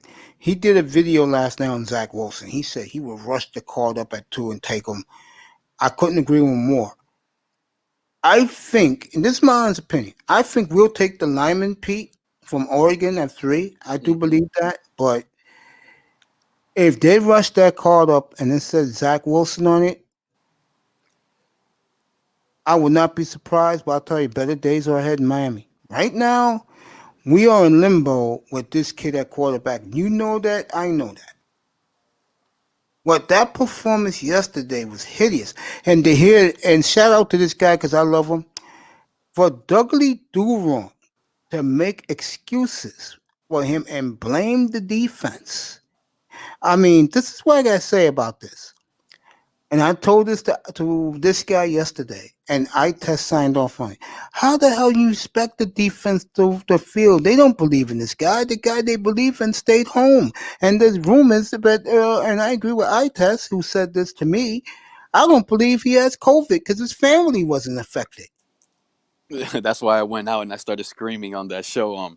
I want to see Fitzpatrick's test results. Exactly. I I want to think, really see him, bro. Like I I think know this we're guy never gonna did. see it, but I I think think. he did that shit on purpose to the organization. This Yep. is my belief. This is my Yep. assumption, and I could sound so stupid, but this is Yep. this is just the way I feel. He Yeah. did this to the organization after what he did and brought the Dolphins back against the Raiders. And was it against the Raiders where Tua got benched and he beat the Raiders, bro. That right there. First of all, Flores all season long was saying early on, Fitzpatrick is our guy. That's the guy this team believes they can win with. Ever since they took Fitzpatrick out, this team has been horrible to watch, at least offensively, because our defense is great. But when he got that COVID, it's like all the Dolphins nation, like their spirit went out of their body. Like they knew the savior was gone. Exactly. You know what I'm saying? The Exactly. guy Yep. that can help us is gone, bro. And that was depressing, bro. And that's the thing. But at the They end of are the day, killing him. They are killing you him. know By the what? way, on national TV, they are killing Tua today. Yeah, I haven't been able to, man. I woke up and had to get running, but Hey, yo, I I didn't wouldn't watch doubt anything it. till I got home. I only been home like to be honest with you, other than a cup of coffee and a yodel, I've been up here since 9:30, bro. So I've been telling who got fired. They said more firings are happening within the next 3 hours. So that's why I'm up here. Give you guys coaches getting fired. That's why I'm here today. I'll take the day off. I mean, I will do more Dolphins for sure tomorrow. We'll tack two to a. We'll all look around together. Hope they have an all-star cast. I will do that. before the beautiful Celeste come up here for my one-on-one interview with her, and then when she leaves. So it'll be Dolphins all day tomorrow. Do the Sounds recap. good. I mean, because this is important. We got the third pick, bro. And we got but free the draft is like what, 4 months away? 107 days and counting. These young guys entering the draft, they know what they got to do. They better not be out there getting sick, partying. They better stay in shape and focus on their draft. Soleil, again, the lineman from Oregon, Zach Wilson, and whoever else will be at 3. I don't think they're going to. If they take Jamar Chase, you know what that tells you, Pete? You know what that tells you, right? Devontae Parker got to step it up. No. If they take Javon Chase at 3, that tells you they're all in on Tua. If they take him that high, they're all now. Stephen Ross is all in. If you see them take the lineman, that means that they picked the best player available, which is a great move. I haven't seen Miami take best player available in years. Get up here, Laurel. Yeah, I said that yesterday, bro. Get up here. We'll talk about that. Get up here. I'll give you the link. Laurel, get up here, bro. I got the link for you. I'm gonna beam me up right now. Give me Iman. 10 minutes. I'll be back. Yeah, take your time. Iman, what you got to say? I'm gonna go to General. Talk NBA with General. Good. Iman. All you. About what? Go back to about the draft. You got the 11th pick. Draft? Where you think you're going? Yeah, where you think you're going? The 11th pick? The Giants. Yeah. Ugh. Eagles 6, Cowboys 10. You're 11. I would go for a receiver, like a receiver, a good tight end. From Alabama. You take the kid from Alabama. Waddle. Yeah, because Ingram is. I don't know. I think they should move away from Ingram. He's a waste of talent, man. For real. It's either him or need a good quality receiver, because that's what I'm looking at right now. We got Saquon, the offensive line they drafted last year. We don't need to dip into that some more. The defense is doing good. I think we go after a receiver. Laurel, get up here.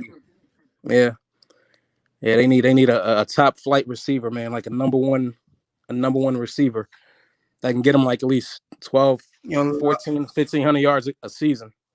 Laurel, I got some news for you, bro. Get up here, bro. Take your time and get up here. Got some news about your team. I broadcasted it yesterday. My mind slipped because we was talking this bullshit about the quarterback in Miami. I'm not doing that most of the day. I'll do that tomorrow. But I want to talk to you about the Texans. General. Yo, give me a second. Take your time, bro. Take your time. Yo, Iman, let me ask you something. Iman. No, I'll wait till Iman pops back up and talk to him more about the Giants. Yeah, so Saturday's first 2 games to me are the games. Buffalo and Indy. Buffalo, Indy. Seahawks, Rams. The other 4 matchups to me blow. They just blow. I mean, I have no interest in the other 4 games. I really don't. Matter of fact, next Sunday, I'll give you a pregame.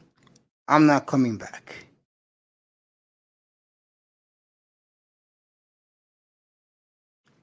Pete says the Giants could be real good next year. He likes the defense with Williams there now. Yeah, kid used to be with the Jets, Leonard Williams. All right, Iman's back. The General's taking care of his business. Iman, I wanted to ask you, my friend. Iman. I'll wait till Iman gets... Yeah, Iman, you're there. Good. I wanted to ask you, what would you do in Miami? Would you take a quarterback with the 3rd pick? Or would you take the offensive lineman from Oregon? He's supposed to be the next. He's supposed to be the next Jonathan Ogden. Oh shit! Well, damn. I mean, they already got. You know what I mean? It's because they got 2 already. See, like I wouldn't like to waste a draft pick on the same position. Well, a quarterback in terms of quarterback, like 2 years in a row. And I've seen glimpses of Tua. It looks good, but it's that injury that That's kind of what I'm kind of worried about. And I don't know. I would probably go with the offensive lineman because if anything, if Tua ain't the guy, you can find out in the next maybe 2 or 3 years, like a year or two. And if you have a bad record, there might be a good quarterback coming up in the next 2 or 3 years. And if you have the pieces in place, you can be a championship team. Kind of like they already had what's his name, Mahomes, when he came into a good situation. So did what's his name, Lamar Jackson. He came into a good situation. Even Deshaun at one point in time, even though they got rid of D Hopkins. But if you bring in a young quarterback in a good situation, you got a chance at a championship. Yeah. So I would go with the old lineman for the third pick, but they got another pick though, right? Yeah, 18. I will take the running back from Alabama there. Yeah, he'll probably still be there because it looks like most of those guys in between, they need other positions. They don't really go after running backs like that anymore, so. And I'll get me a receiver. I'll get me a receiver later on. Yeah, people overlook the offensive line until the quarterback getting beat up, You ain't lying, bro. That's very important, especially that left tackle position. Yeah, man. My buddy. Who was I think it was Kansas City, right? Was it Eric Fisher, was it Eric Fisher? Yeah, like the last offensive lineman that was taken first overall? Yeah, that was a while back. He hasn't been all that. Yeah. That was a disastrous 2013 draft, by the way. Yeah. I mean, I think the last best draft was 2011. Was that the one with Cam? Yes. Yeah, that was the one with Cam, Von Miller, and I think they had a few other people in there. That was a damn good draft. My good buddy, I'm being sarcastic, J.J. Watt. J.J. Watt? That's right, J.J. Watt. You damn right. Ricardo Rodney. Good morning, my good friend, my little nephew, Ricardo Rodney. That's a hardworking young brother right there. Big supporter of the entire manosphere. This young man does the white manosphere, he does our manosphere, and he does the world manosphere. Fascinating what he tells me about the manospheres. And he does a good job with it. He truly does. Good kid. Put a one in the chat room, buddy. You at work listening to me right now? Put a one in the chat room, Ricardo. You're listening to me from work right now. You know one of the coolest things, Iman, you can unmute. You know one of the coolest things. He's chilling, okay. One of the coolest things I enjoy. Yeah, he's at work listening to his Uncle Mace. The coolest thing I enjoy is when I do my early morning shows at 7 o'clock. I have females, and Tyria Decorator told me a couple of weeks ago she listens to me every time I'm in the morning. She's so delighted to hear my voice. I have Casper for King, Mahogany, a few Manosphere people that we know. You, Iman, hit me up one time, and you was on your way to work in Minneapolis. I have a lot of people that tell me that they love listening to me in the mornings because they're on their way to work or they're at their desk. And for all of you who listen to me at your desk at work and on your way to work with your cup of joe, I appreciate you all so much. I do. I appreciate you all so much. Thank you for your support. I mean that sincerely.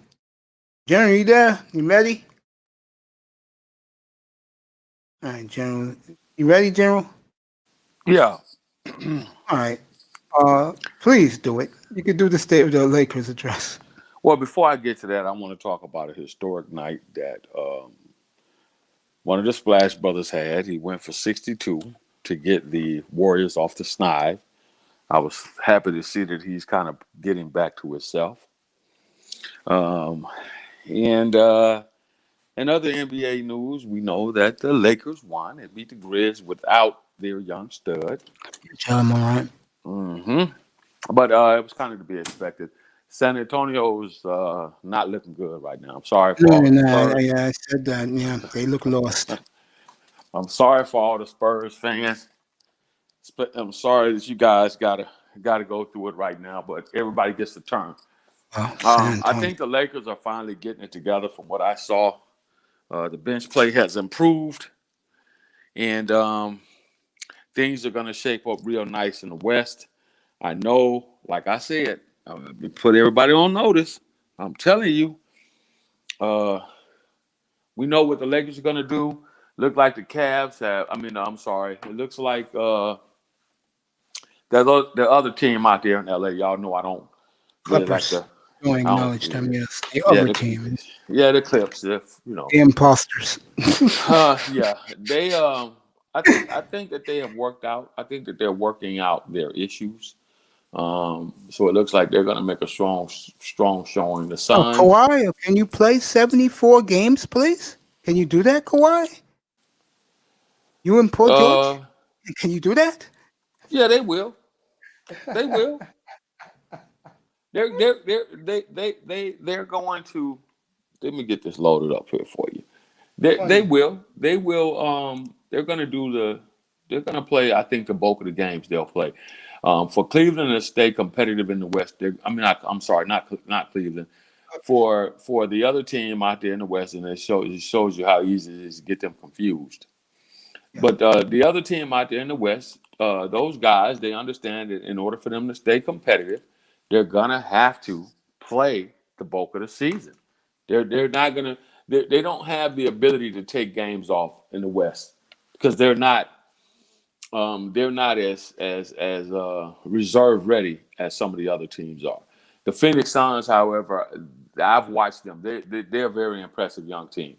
I just don't think that they got enough to make a No, they strong won't push win in the West. they're not getting to no finals, but they'll make the playoffs with Chris Paul's leadership. Well, yeah, I believe that they'll make the playoffs. I can take that Yeah. that they're going to make the playoffs, but I just don't believe that they're ready to take that next step yet.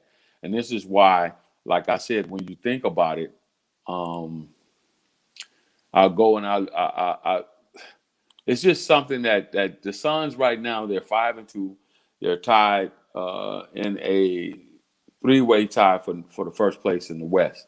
The Jazz are moving up, and I told you guys about the Jazz. I'm telling you, Pelicans seem to be doing pretty good. Okay, man, I love you, bro. The Pelicans are doing pretty well. They put some nice talent together over there, and I think the Pels will make a push for the eighth and final spot. So for me, I think that it'll be it's going to be the Suns and probably the Warriors, or Suns, Warriors, and Grizz are going to be the bottom tier teams in the West. I think Yeah. the Lakers. I think the Lakers, the Clips, the Jazz. Well, I'm sorry, I got to throw the Rockets out. It'll be the Lakers, All right, the Lakers, the Clips. I'm sorry, I'm just telling you. It'll be the Lakers, Clips, Jazz, Blazers. Blazers. No, I'm sorry. And I and, and gotta put Denver, the no, Nuggets. Denver's off to a very not a good Yeah, off start. to a slow start. They're 2-4 so far through the first 6 games of the season. So, like I said, I think it's going to be the Lakers, Clips, Jazz, the Blazers will round out the fourth spot. After There the you go. Blazers, I'm looking at the Nuggets. I think that's it in the West, man. I think The the others. Nuggets at 5. I The think anybody else. Warriors. The Warriors, if they get if they get it together, the Warriors are going to make a strong push, so they'll hit the 6th spot. And depending upon what the young kid can do with the Grizz coming off that injury, they're looking at 7th or 8th. And then you got to keep in mind that you got the Mavericks over there who are dealing with a couple of things right now as Yeah, far as injuries are Singers concerned. out again. Laurel, Wait. I knew this was gonna happen. Go ahead, Laurel. Look, man. If I have a starting lineup of John Wall, James Harden, I got Christian Wood that's averaging 24 points a game and like 9 rebounds. Um, Here we go. hopefully Boogie, if he stays healthy, we still have Eric Gordon. We have PJ Tucker. Hey man, look, I would line up my eight players on the Rockets against anybody right now, assuming that James Harden will keep his head straight and we hold on to him. Man, you have us not making the playoffs, General? Come on. right? I said I got them in the bottom tier, man. So I'm looking at. Man, you just named 6, 7, and 8, and I think you They're on. named Memphis. I believe that. Yes, I did. You didn't hear me. See, you didn't hear what I said. And we're young in the season right now. A lot could happen. You could have some injuries. There are going to be some trades made at the trade deadline. There are a lot of things that could happen. But as I see it right now, if all stands to be true, right, in the West, I'm looking at the Lakers, the Clippers, Clippers, Blazers, Nuggets, Lakers, Clippers, Blazers, Nuggets. Um, Warriors are putting their team back together now. The Mavericks are suffering through some injuries right now. They're going to put their team together. That only leaves 2 spots. So where do you put Houston and Memphis in there, battling for the last 2 spots Okay. in the Well, West? okay. First of all, I really don't feel like we'll be battling for the last 2 spots to make the playoffs. Where they gonna be I at? Look, man, General. Look, I understand you might be a little biased or whatever, right? I'm But not that's biased. cool, man. I'm a. See, here we go. I'm not biased. I'm a fan of the sport. I'm simply telling you of what I think, how I think, based upon the moves that were made, based upon the teams that made the playoff, albeit a shortened season and in the dome and all this different shit. I'm simply telling you, based upon the teams that have made moves, teams that are having issues with personnel right now. James Harden is obviously not happy. And to tell you the truth, I'm looking for them to get rid of James Harden by the trade deadline. I'm gonna tell you the truth. I know You know that. what? I know y'all don't want to hear it. I know you don't want No, to no, no, hear no, it. no, no, no. That's cool. But what I'm saying is that if I was a team, I just wouldn't do it. He can be disgruntled all he wants to. He can destroy his reputation if he don't want to ball. I'm not giving him up for dollars for pennies on a dollar. I wouldn't do it. And Pete, that's I'm gonna something. read it in a second. Go ahead, Drew. So And you're that's gonna something I don't think. so you're gonna risk. See, this is when you get into the emotional side, and not saying that you're emotional, but this is where you get into the emotional side of fanhood, right? And I'll tell you why. So you're gonna destroy your fucking team based upon a personal issue that a player is having with ownership. That's what you're telling me. If he comes in and he's professional, then I would keep him here until I would get something. I'm not giving him away. I wouldn't give him away for just anything. What do y'all He what do you he he want? sh- What he should have kept his mouth shut. He should have kept his mouth shut. He shouldn't have came in and did all the. But they're not gonna give him up for bullshit, man. It's okay, not gonna happen. with the team that they got over there right now, with Boogie, Okay. right? The team they got over there right now with Boogie. I like their chances. I don't believe that they're gonna go truly the second round, possibly, with Boogie, if Boogie can stay healthy. I'm not seeing them go beyond that. Okay. Man, listen. Go ahead, Lord. I'm gonna tell you some news. I broke yesterday morning, but you wasn't up here. I thought you could come up here with the picks. Go ahead, finish with the general. Then I'm gonna tell you what I'm gonna tell you. Now go ahead, Mace, because it's not gonna go anywhere, First of man. all, this is concerning your Texans, and this is serious news. First of all, I had it yesterday morning at 10 o'clock when I came on the air yesterday morning that Newsom is very seriously considering taking the job, and if he does, you're not gonna like this part. He's bringing Marvin Lewis in as his head coach. Him and Marvin are real tight, and that is the word. Marvin already interviewed. If he takes the GM job, he wants Marvin Lewis as his head coach. I broadcast that yesterday morning at 10 o'clock in the morning. He wasn't Well, if here they yesterday. had, well, man, Mace, if they can bring a competent offense, offensive coordinator in, I'll take Marvin that. will. Marvin's good at that. I, He'll probably I'll bring you take, Hugh Jackson, who I do I'll love as take a coach. Ozzie, I'll take Marvin Lewis if that meant having Ozzie Newsome picking players and running I think franchise. it's the greatest move, and I'm not lying. I'm about to tell you. He takes that gig. It's the greatest move in history of the NFL. I'm not lying. It's the greatest. It's like Christmas for Houston. And like I said yesterday, you better believe in 2022, Houston will be a contender in the AFC. Give Ozzy 1 year with 2 drafts. You guys will be back in championship contention in 2 years. It's the best move. If you pull it off, if McNair's son can pull this off, this is the best move in the history of the sport. I'm not telling you this to tell you this, Laurel. I'm telling you this because you know how I feel about your franchise. You bring this guy in, your franchise changes automatically. Instant credibility around the NFL. Fans all across the NFL, media. You get Ozzie Newsome to go there, which the rumor is it could very well happen.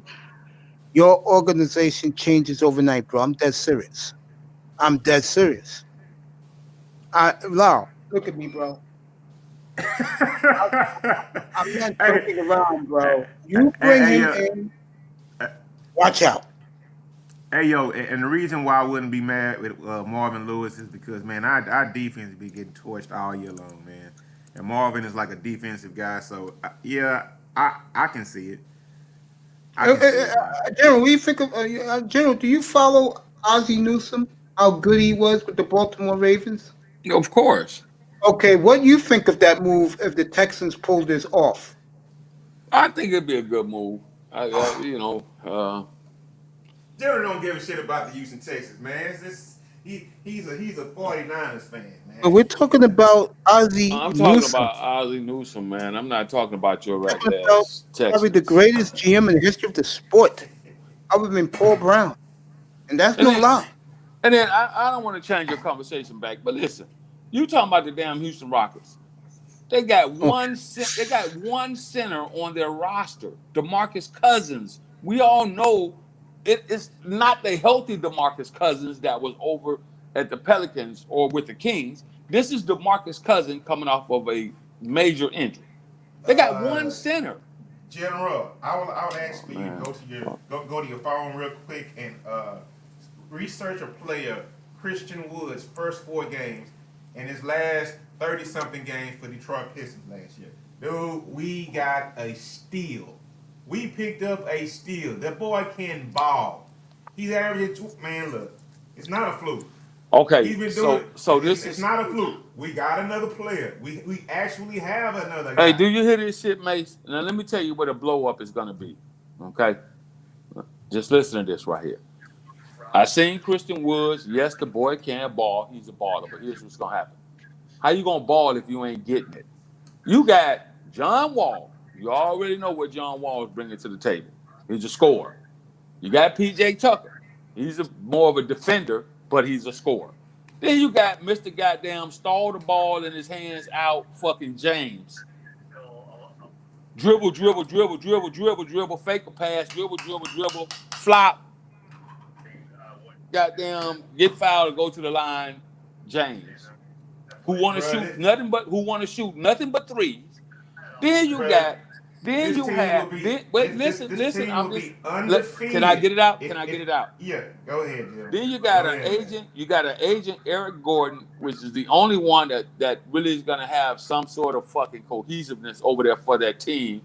On top of that, you got Ben McLemore, a pretty decent player when he wants to be, when he's not fucking high out of his mind. Then you got Mr. Blow It Up himself. I can't get my way. Prima donna, goddamn DeMarcus Cousins. If you don't stop it, Listen, man. Do you think that players can come back from injury? yeah, I'm watching. Okay. We're watching Uh, one right now, but it's not his ability to play the game. What I'm talking about is his ability to be a cohesive teammate, to get along. James Harden is gonna jack up fucking threes. Watch what I tell you. In about the 15 through 20 games, DeMarcus Cousins is gonna get tired of that shit as soon as he's in a rotation on a regular basis. He's gonna get tired of that shit. well, General, I will take it that you haven't watched a game yet, right? But when John Wall is out there, James Harden is actually deferring to the guy. He's actually right letting now him, because he doesn't want to be there. So he's and like, he's I'm just still, but he's still putting baskets in the hole though. Yeah, of He's still course. averaging his 30 points a game. I Look, mean, look. look, man. It's more to it than just. He still got to He still got to keep himself relevant to the market. You understand? Exactly. That's why I would let his ass go nowhere. He can't just start flopping and not playing. Now, I'm gonna tell you what he can do. He can do the same shit that Kawhi Leonard did. We watched how it worked from him when he got ready to leave San Antonio. He could do the same shit that Anthony Davis did when he got ready to leave fucking the Pelicans. You see what they both did? They said, "Oh, I'm hurt. I can't play. I'm hurt. I can't play." Okay. I'm just telling you how the game go. That's the politics side of the game. Well, I think that's kind of like the bitch assness of the players now. I mean, it's cool. They got a little power now. I mean, it wasn't cool. Well, you should. You don't get to dictate to me. You should have power because it's your talent that's making the NBA their money. So you don't get to dictate to me what. If I'm under contract, I'm under contract. I got it. I'm glad. But at the end of the day, they have bargaining power now. See what I'm saying? He got bargaining power. Period. Meaning I won't play. I'm gonna pout. So get me out of here, right? No. Meaning I went to you. I sat down with you professionally. I've expressed my opinion to you professionally. I told you what I wanted, what I needed. We don't know all of the talks that are happening behind closed doors. In my opinion, I told you the Houston Rockets should have never let Clint Capella go. They fucked that team up. That's just my opinion. Just like this year with that small ball shit. Anybody, hell, me, you, and Mace could have went out there and took the place of them three motherfuckers they had playing that small ball game and put up a better fight than they did against the goddamn Lakers. We could have done better than that if they're going to play small ball.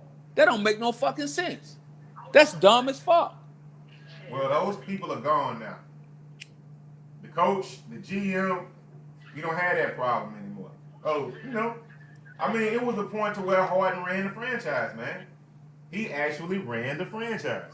Well, if you the face of the, he decided that he wanted to stay over in LA, right? Costing the team all that fucking money because he didn't want to travel, so the team acquiesced to all his fucking demands. It was things like that that's not going down anymore. That's why he wants to leave. He can't dictate the schedule. He can't dictate how long we're gonna stay in one city anymore. And he got that. And he had complete carte blanche for like 5 years in a row. So now it's gonna change. So now he wants to leave. Man, fuck that. Sit your ass in and play ball, boy.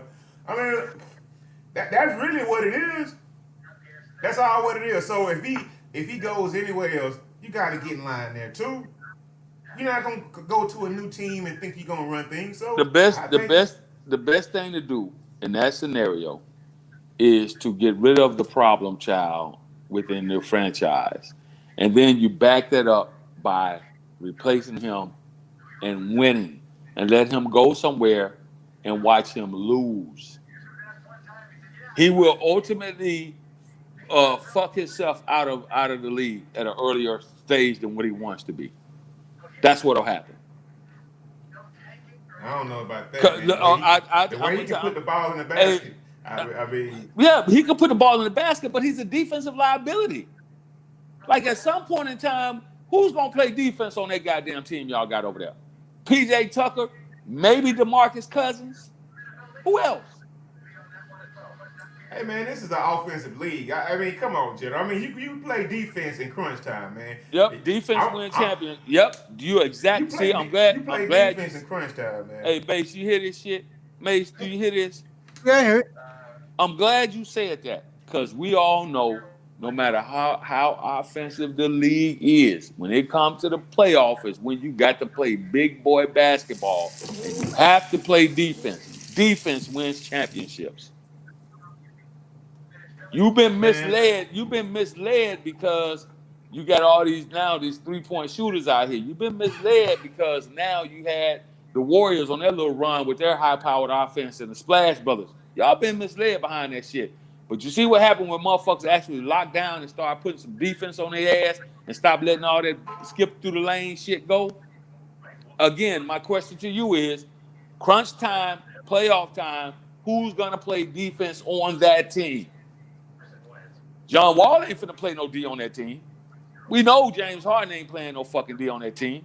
You may get PJ Tucker is the only one that's gonna D up on that squad, and you might get DeMarcus Cousins when he's not in his feelings. As long as they can keep him some touches with the ball, he'll play D. Other than that, I'm telling you, that's the new circus of the NBA. And let me give you something else to think about when you talk about pouting and all that bullshit. Did you see what happened to Carmelo Anthony? They got rid of his ass. 2-year hiatus from the league. He was gone. Yeah. Same shit. I'm unhappy in New York. I'm unhappy in Denver. I'm unhappy over here. Same shit. Yeah. Now he's happy as hell in Portland. Yeah. He happy. You know why? Because he figured it out. Like, hey, you know what? Yep. Let me go over here. Let me go over here and just, I want to play ball. Let Lillard McCollum off the bench. Let Lillard McCollum carry me. Yep. Yeah, I think that was more of him accepting his new role. And that's what James Harden is going to, and that's what your boy James Harden is going to end up having to do. He's going to end up having to accept a fucking role because not now, but like 3 years from now, 2 years from now. No, Mace. What is he? 33? 31. Okay, 31. No, 2 years from now, that's gonna happen to him. That motherfucker got about 2 more seasons. 33, 34. He got about 2 more seasons for motherfuckers to really acquiesce. Wait. Here's one thing. James Harden's game is not made off his athleticism. James Harden doesn't get hurt. Has nothing to do with that, Laro. What he's trying to tell you is your man's a troublemaker, and after a while, the league is going to get tired of his shit like that Carmelo, and then he's going to have gun will travel. You will see. Yeah, 2 years from now, I agree with General. Yeah, he will has gun will travel. And the league gets younger.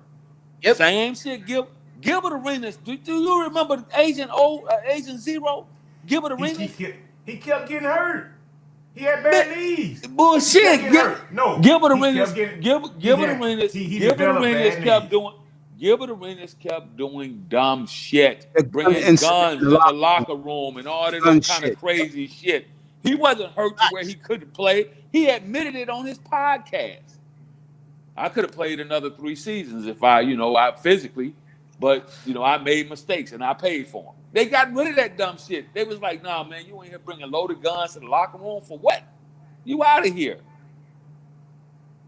Come on, man. Again, you got to historical accounts.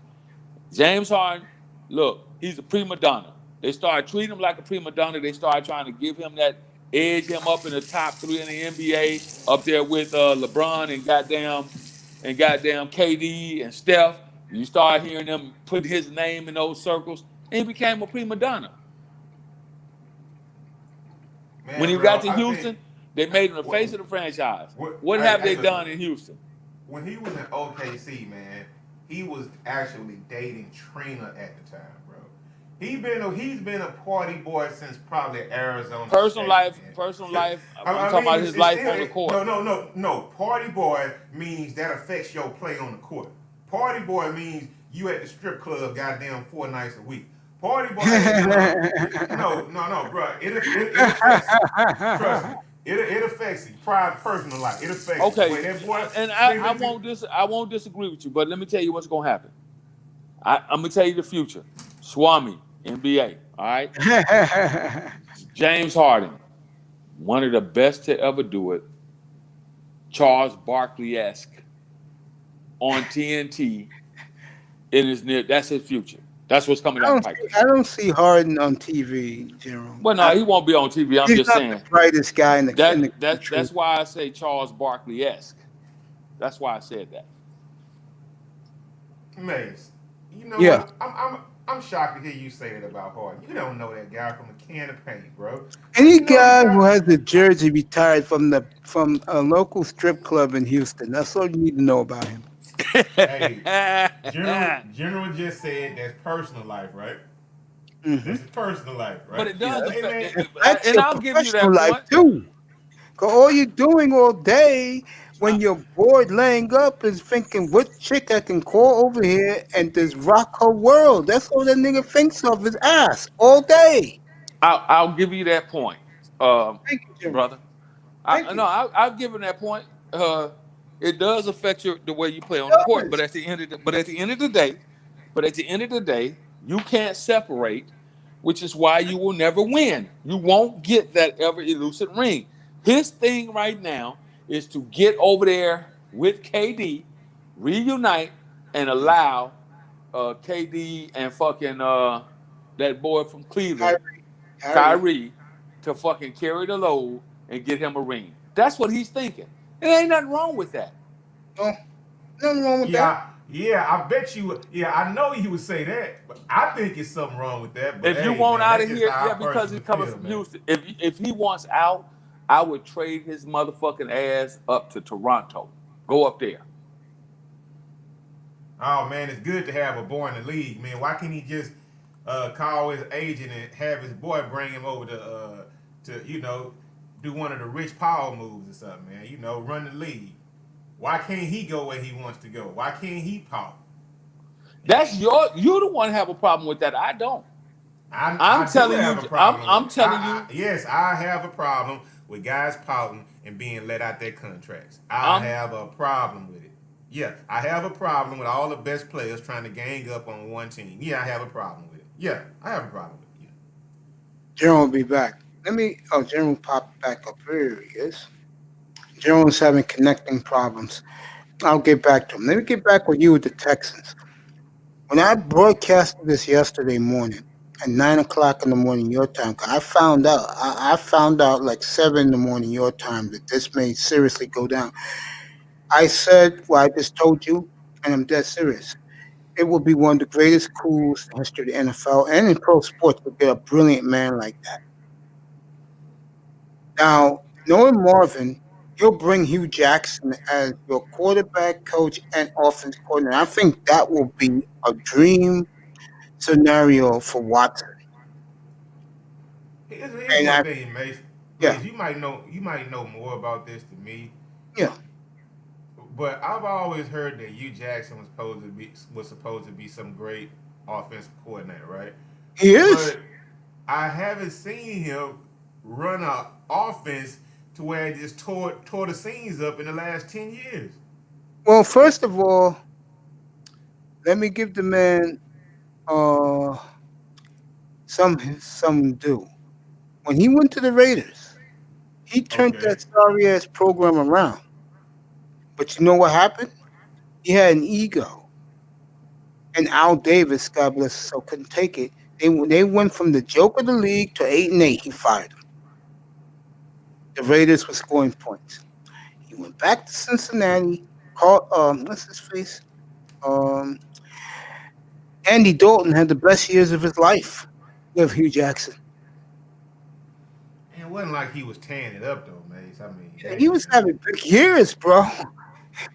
He may not have thrown 40, but he threw 34, 35.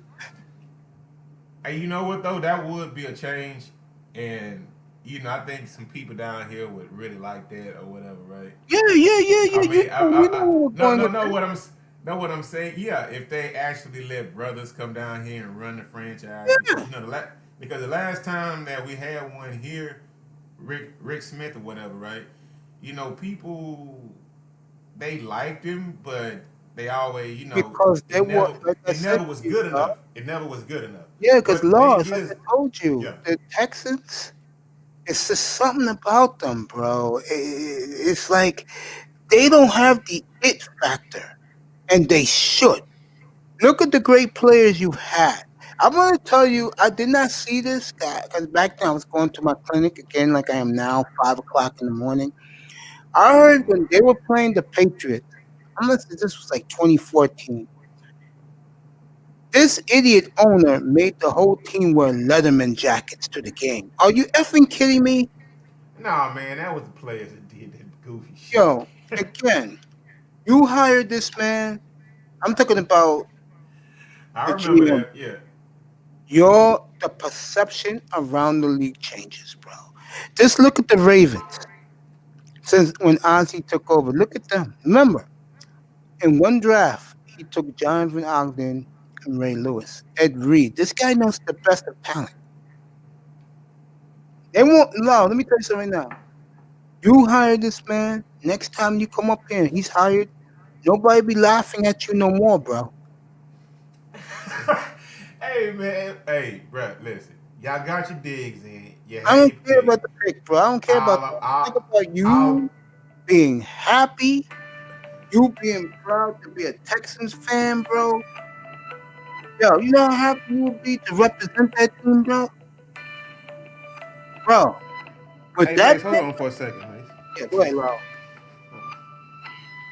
Great Laurel. I'll put it on mute. Great Laurel in here, and he's on mute right now. Ozzie Newsome reporting is being reported. Maybe the next coach of the GM of the Houston Texans. He'll bring Marvin Lewis with him, and knowing Marvin, he'll bring Hugh Jackson with him to the console, the young Deshaun Watson.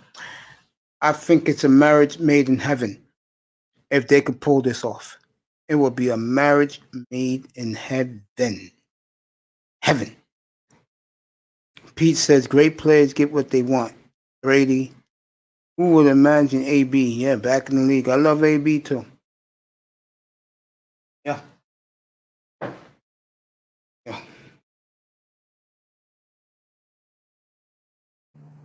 Yeah, what's up with you, Mace? Yeah, man, I'm the same, bro. I really believe that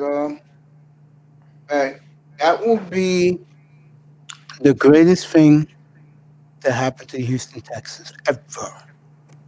And I'm telling you something else that will do for you because you already got your franchise quarterback. By the end of this decade, you'll get a chip. How's that? Hey, man, Mace, just because you say it don't mean it's going to happen. If Dude, they start, well, what I will say is this. If we can get what I want for a general manager, I think Deshaun will win a couple yes. before his career is over with. I would Yes. say that. I agree. I agree. I would say that. But, I I agree. mean, You know how I think about but, your quarterback. but man, yeah, but you know that white boy fucked our franchise up, man. I mean, he traded away our best receiver. He traded away 2 first-round picks when he just probably could have drafted a guy. You know? Yeah, it bothers me that he did it, bro. I can't stand his ass. Yeah, he probably just should have drafted a guy. I mean, it is what it is. So, I mean, I can't cry over spilled milk right now at this point in time anyway. So, Laurel, it's over with now. you hire him, I promise you, he'll make the pile of dog shit you have right now, he'll make into chicken liver, bro. This year. I'm not joking. This year. Yeah. And I'll go a step further. If you can fix the defense up a little bit, and he can, you'll win the division next year. Hey, you know what, Macy? Here's the thing, man. I'm gonna get you, I need you to like pump your brakes just a little bit. Hold up, whoa. See, I don't look at my team like that, Mace. I look at my team as now we're gonna have to do a 1 or 2 year rebuild. I mean, of course we had a quarterback, so we're not gonna just completely fall off the map. We're gonna stay competitive. I mean, you know, we had a bad start. I mean, things happen. I mean, next year we'll have a last place schedule. No, So Jackson will so have a third place schedule next year, which is okay, we good. have a third. Okay. Which is Yeah, we good. have a. You get to play the Okay. Raiders, you get to play the Patriots. You know, it's a good schedule, bro. But let me say this to you. Mm-hmm. I said this yesterday. I'll Yeah. say it right now that you're up here. 2022, bro. Like the Dolphins, you can start dreaming Super Bowl too. Hey, You're Mace. gonna be in Look, the man. mix. Mace, I'm First not thing gonna I lie. would do if I'm Mace, Ozzy, Mace, I would Mace. do it I'm right not day gonna one. Mace.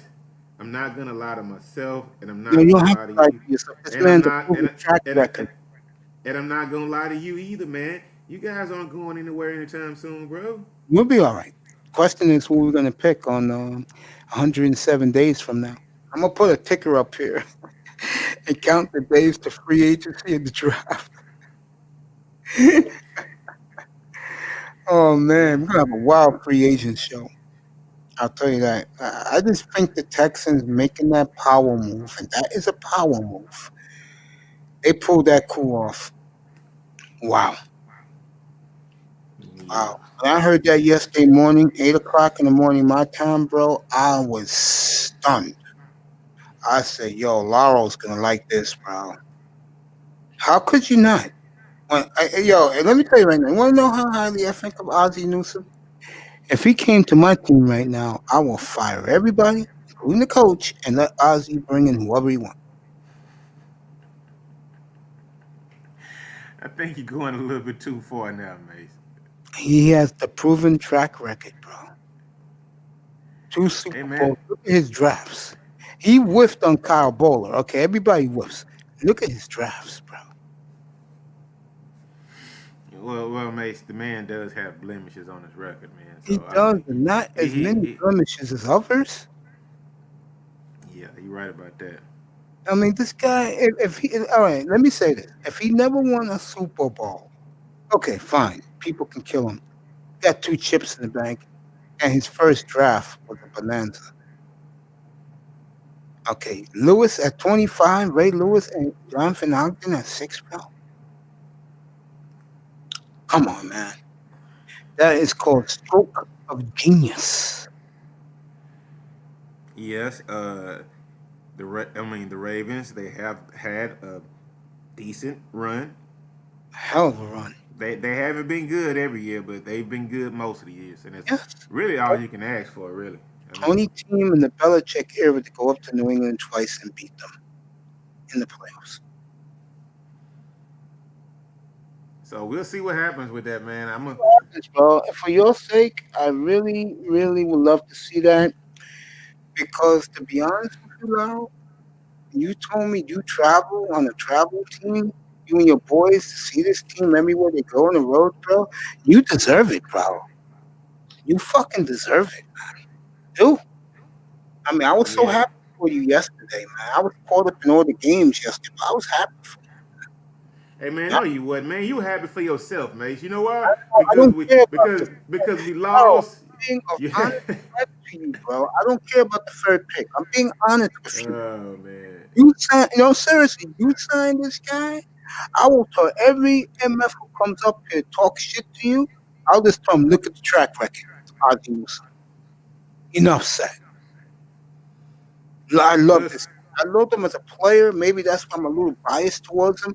But as a GM, bro, he is. Oh man, wow. yeah, we'll definitely see how it goes, Mace. We'll see how it goes. And I don't mind, yo, bro. If you do get him and you get Hugh Jackson as your offensive coordinator, I root for Houston on the side, bro. Because I love Deshaun Watson. I root for Houston on the side.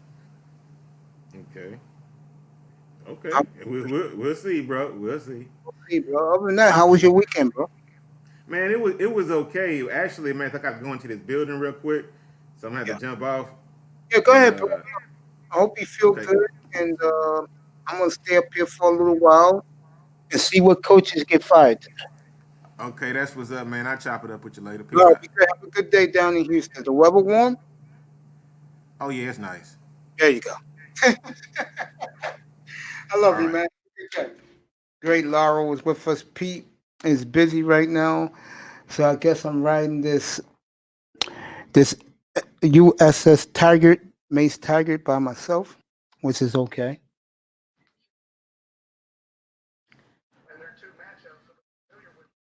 I'm looking to see what coaches will get fired. And they're bragging about the Rams. I don't know why. I don't know if the Rams will be here long in the playoffs. They may be Seattle, but that's as far as it goes. I'll tell you that right now. Sunday's games suck Saturday game is good. The first two, the night game, you can have it.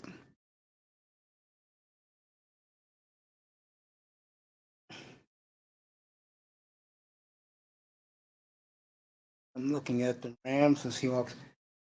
I may take this to 12 o'clock and then come back later. Give you guys. I may come back around 4 o'clock.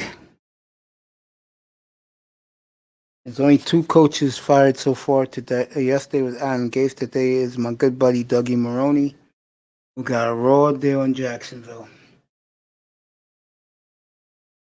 Finally, he has the opportunity to get a franchise quarterback. They fire him. Nice, sir. Good morning, beautiful lady.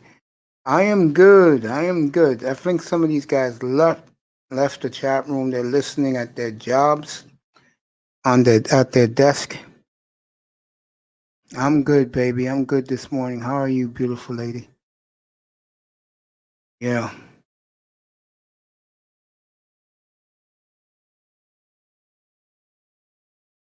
Mm-hmm.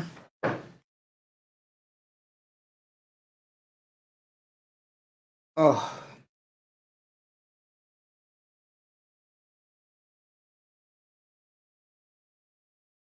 I am tired. That's why I'm gonna jump off at 12, take a quick nap. Nobody's getting fired yet. I'll probably fire it back up around 4 o'clock Eastern time and give you an update, maybe even 5. I'll give you a couple hours today. Later on. And the coaches being fired special. Playoff matchups don't surprise me. Sean Jones, what's up, bro? Fallout in Miami. Let me get to that story so I could tell you guys what's going on down there. There is a fallout after that debacle yesterday.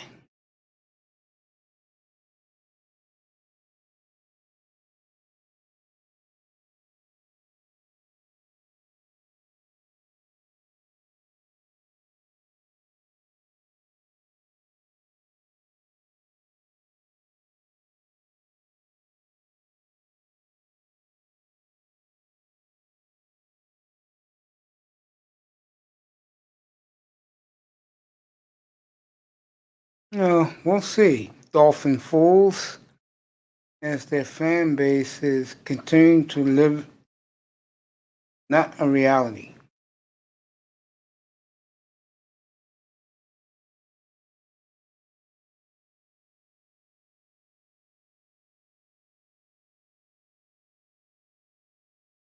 And Sean Jones was furious yesterday.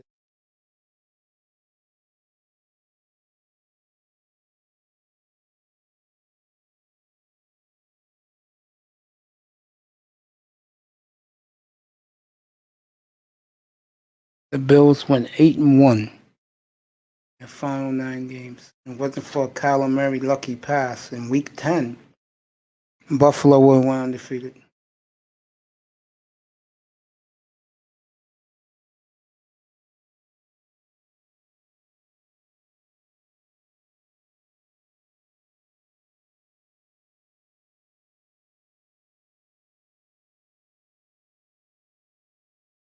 All right.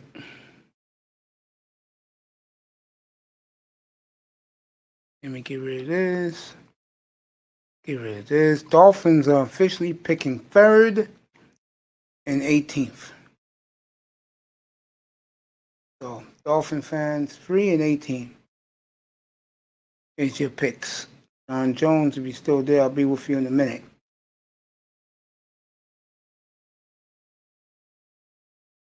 I'm coming right now. All right. Nicer. It's a brand new day. Let's get it. Yeah, you're right, girl. I like your optimism. It is a brand new day. My day is over because while you was getting your beauty sleep, I was in a dialysis chair for 3 hours from 5:30 to 8:30 this morning. Got to get a cooling down period. Make sure you're not bleeding. And I got home about 8:15 your time. Had a cup of coffee and came right up here and started doing the show at 8:30 your time this morning. And yes, it is a brand new day. Yes, it is. Sean Jones, comment. You were so angry yesterday. Go ahead, Sean. Go ahead, blast Tagovailoa over. And boy, I am going to have a field day with him tomorrow morning. I'll probably come on around 6:30 tomorrow morning. Be looking for that because 9:30 I'm out. Gonna get me a haircut, and then I'll be and my face being shaven with the razor, not with no with the. My barber does it for me very nice, and then I'll be back, and I'll have the beautiful and talented and a swirler Shay Celeste will be my special guest tomorrow. So look for that interview. Did they fire Anthony Lynn? Let me find out. I may have another coach's firing right now. Could be Anthony Lynn.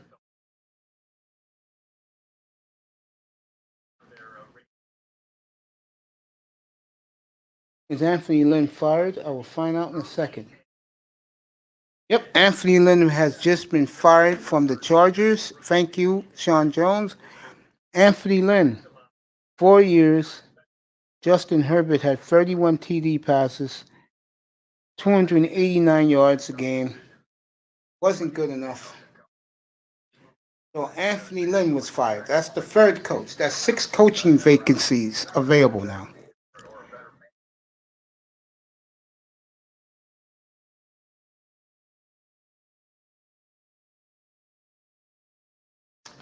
Coaches will be lined up to coach Justin Herbert and in LA too. Yep. Nice. So I'm getting a beautiful fresh cut tomorrow morning. Yes, I am. My barber knew me since I was 7 years old. He's going to be one of my sponsors. When I put the green screen up, you people going to enjoy that.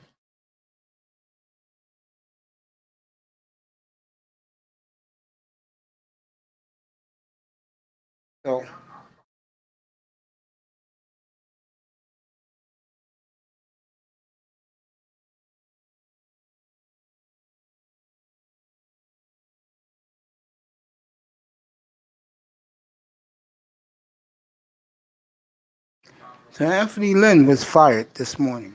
And yes, the beautiful, nicer Sean Jones reporting from the Mace Taggart Experience, one of my sideline guys, one of my info guys. He has reported to me that Anthony Lynn was fired this morning. And yes, beautiful, nice. I am getting a fresh, clean cut. I'll have my baby face tomorrow when I come on the air after the morning show.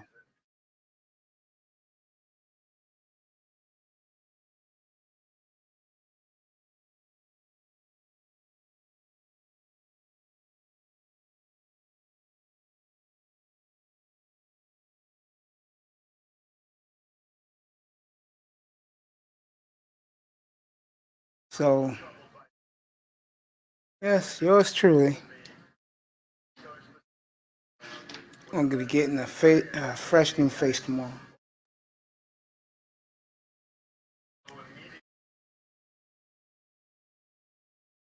Having fun up here. So, Anthony Lynn was fired today. It's official. Len Maroney Gase have been fired since yesterday's last games. More to come.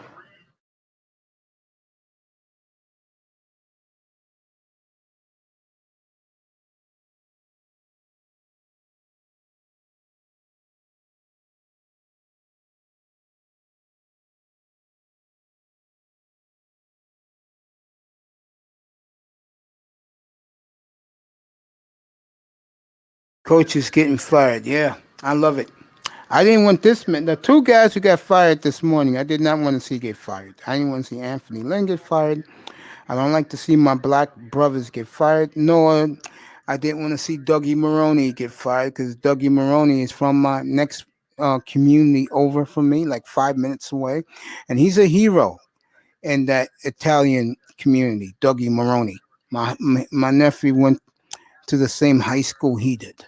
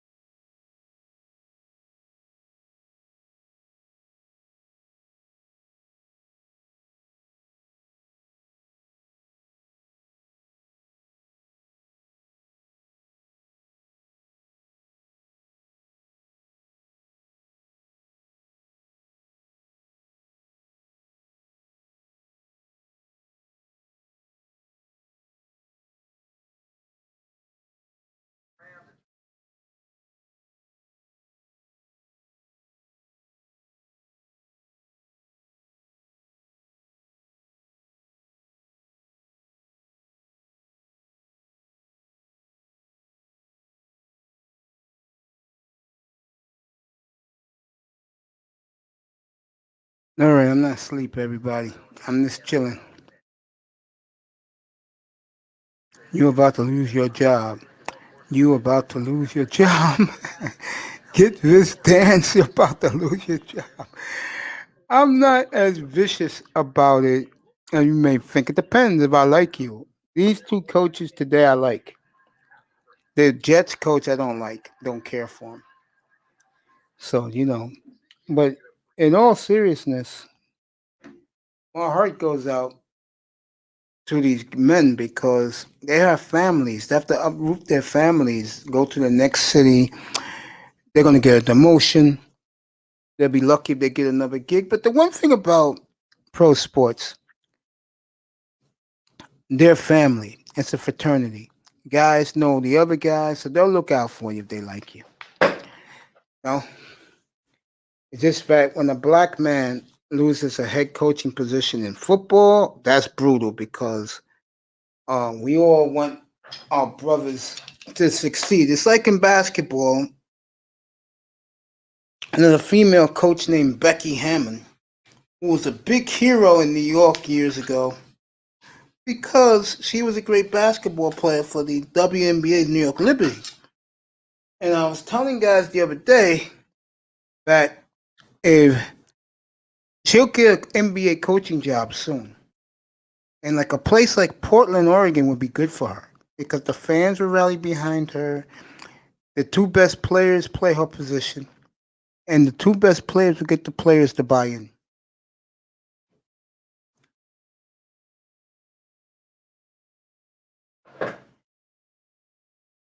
So, little things, connections. It's like me here. Manosphere chat room guys support me.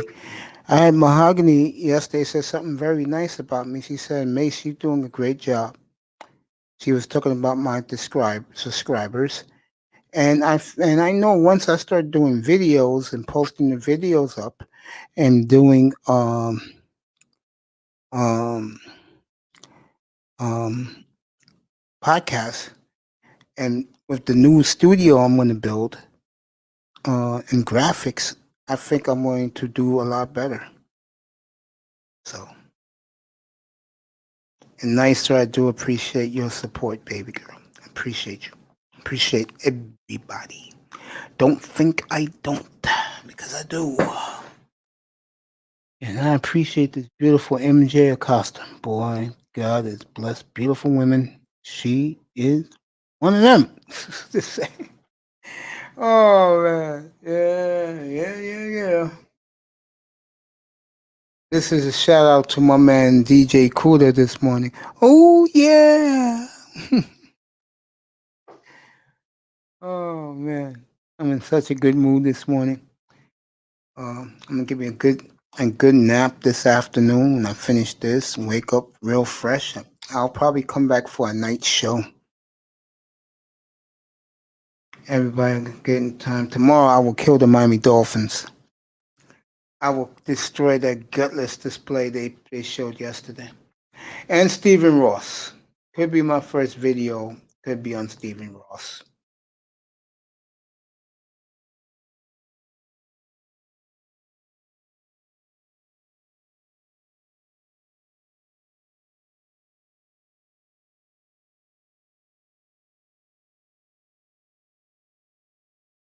Oh, something else happened.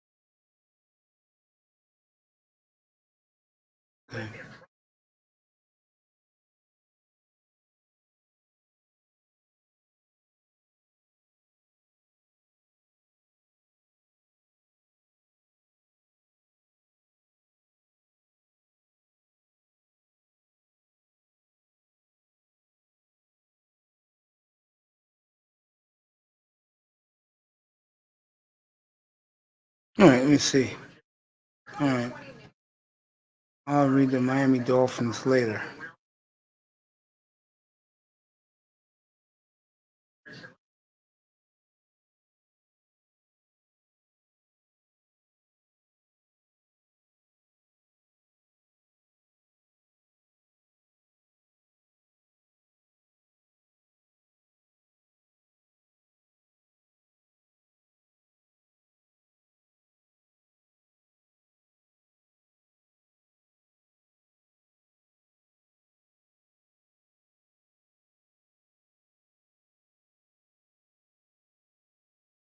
Nicer, yeah. I'm figuring out what to make for lunch and do some housekeeping. Catch you later. All right, baby girl. Enjoy your lunch and your house cleaning. I'll be back later.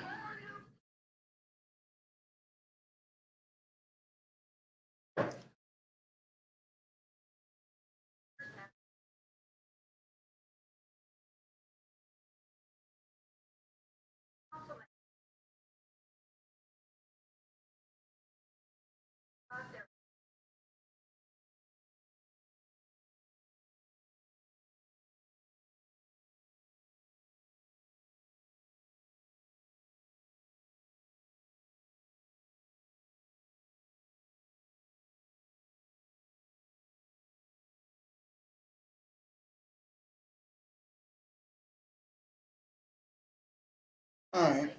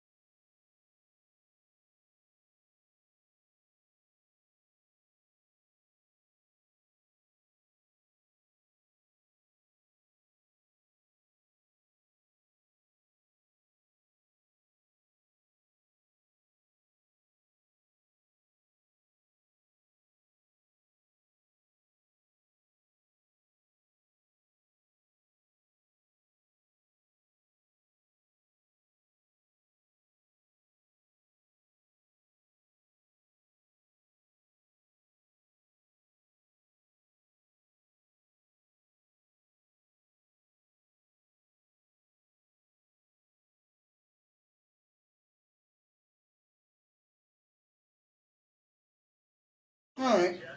Talking about the Jets right now, what they're gonna do. Mace the Ace. Thank you, baby girl. I love you too. I really do. I love you. I appreciate you. And let me give a shout. I did it yesterday. I'm gonna do it again to all my sisters out there, all my beautiful ladies anywhere and everywhere. Have a good day today. The world is reset again. The holidays are over. The next big holiday is Valentine's Day. And unlike me, who never ever been any woman's Valentine or given a woman a heart, the women you love in your life, fellas, treat them good on Valentine's Day. Trust me. I used to be in many bars and see a lot of white chicks bitter and angry because no man at their workplace picked to give them a heart, take them out to dinner. And there was a lot of bitter white chicks around me on Valentine's Day. I wasn't there because I was bitter. I was there laughing at them. Second of all, first of all, to watch my sports, eat my wings. So Valentine's Day is the next big holiday. Treat your lady right, and don't buy 3 different boxes of chocolates for 3 different women. You give a woman the wrong box. Don't do that. Because if you do, that's the repercussions will not be pretty. I tell you that. You could trust me on that one.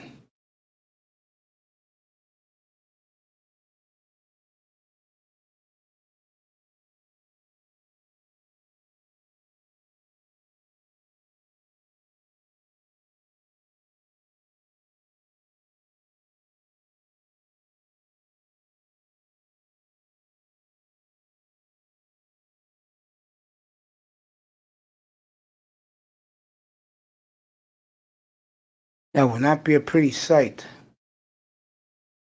on Valentine's Day if you give the woman around. Let me see if I won my football championship in fantasy football. If I do, it would be my first title in 11 years. Here we go. Damn. Lost the title.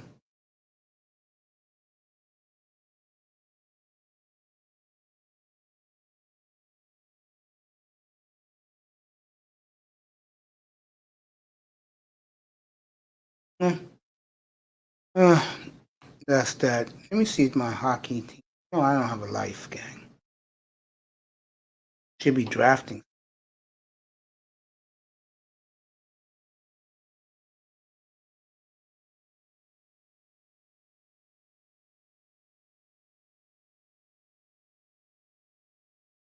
Oh, I got Victor Hedman, Torrey Krug. Let me see what I have. That's my goal. Rask.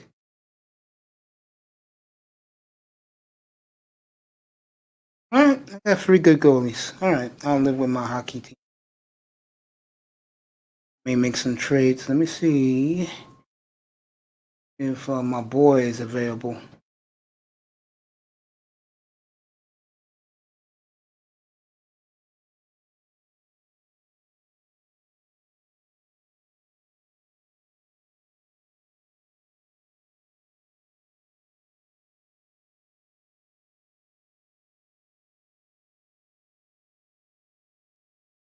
Kane is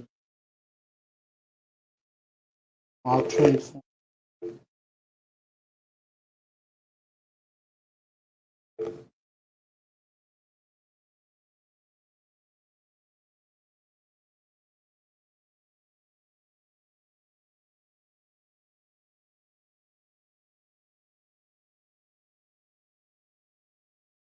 Available.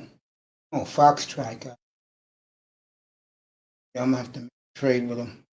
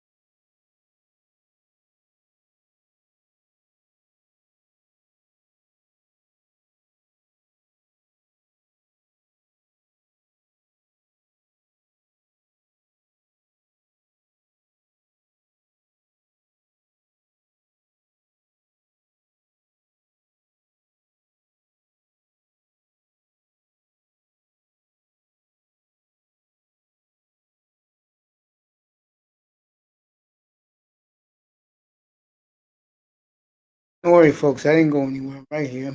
I'm looking at my hockey fantasy team. I'm trying to trade for Seth Jones. Let me see. Sheila E. No, I'm not leaving yet, baby girl. I am not leaving. I'll get some rest for a little bit, but I'm not leaving yet. I mean, I didn't even know it was 12 o'clock. Jeez. Boy, I tell you, the one thing about doing this, honestly, is you guys who get me energized. I see Sheila E in here, and I get energized. Nisa went to go make her a sandwich, make her some lunch, and clean her house. I'm gonna do some house cleaning tomorrow too.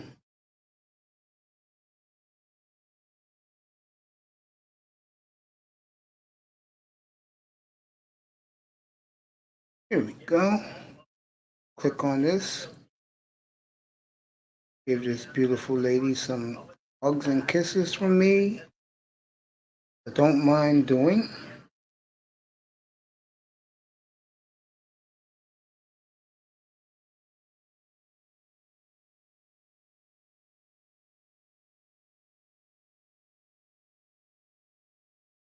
There we go.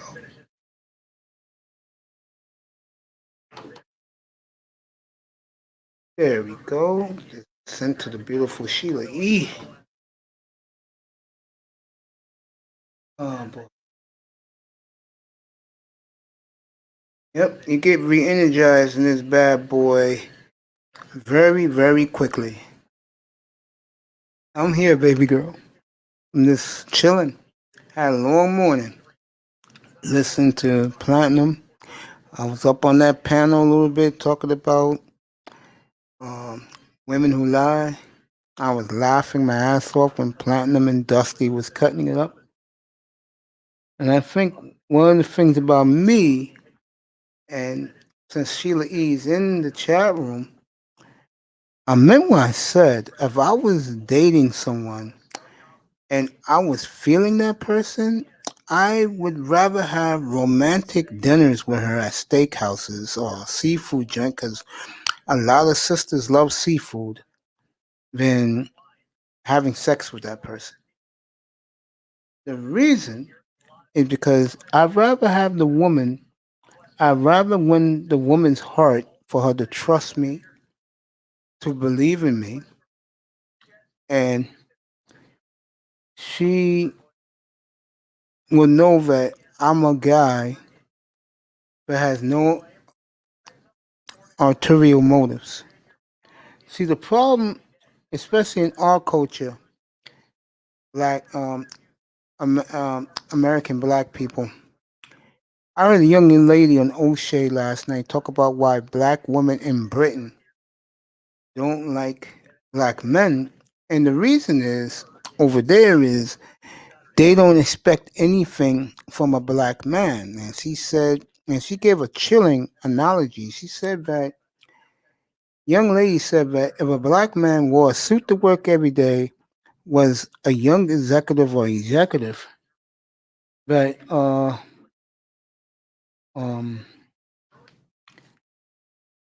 the young lady said that the reason why black women in Britain prefer white men is because white men are the coup de grace. Black men are worthless. And that's sad because I think this is one of the big downfalls. I'm going to get back to sports in a minute. This is one of the big downfalls of our culture. This is my opinion. A lot of African American women do not care if the guy who they consider a simp, which is like educated lames, guys who sweat the women, they don't think nothing of them. Like, they don't care if they're the nicest guy in the world. They don't care if the guy is worth $300 million. They're not interested. With these women, if you're white, they'll give you privilege, Arab, Asian, Latino, so on, so on. If you're black, unless you're a Pookie or a Ray Ray, if you're a brother doing your own thing, you're not going to get the love. And that woman from Britain said that yesterday. She said they look at black men over there as worthless. And that's a shame. Yes, Sheila, I feel you. You know, a guy like myself, one of the reasons why I lay low and I never chase women, because I know that you have to deal with maintenance. And I'm not that type of person.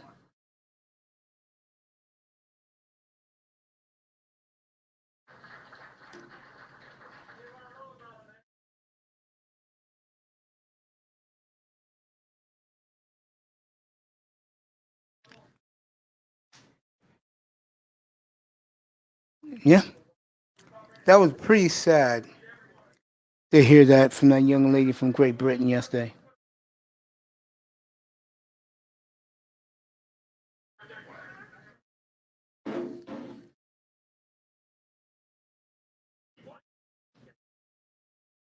Yeah.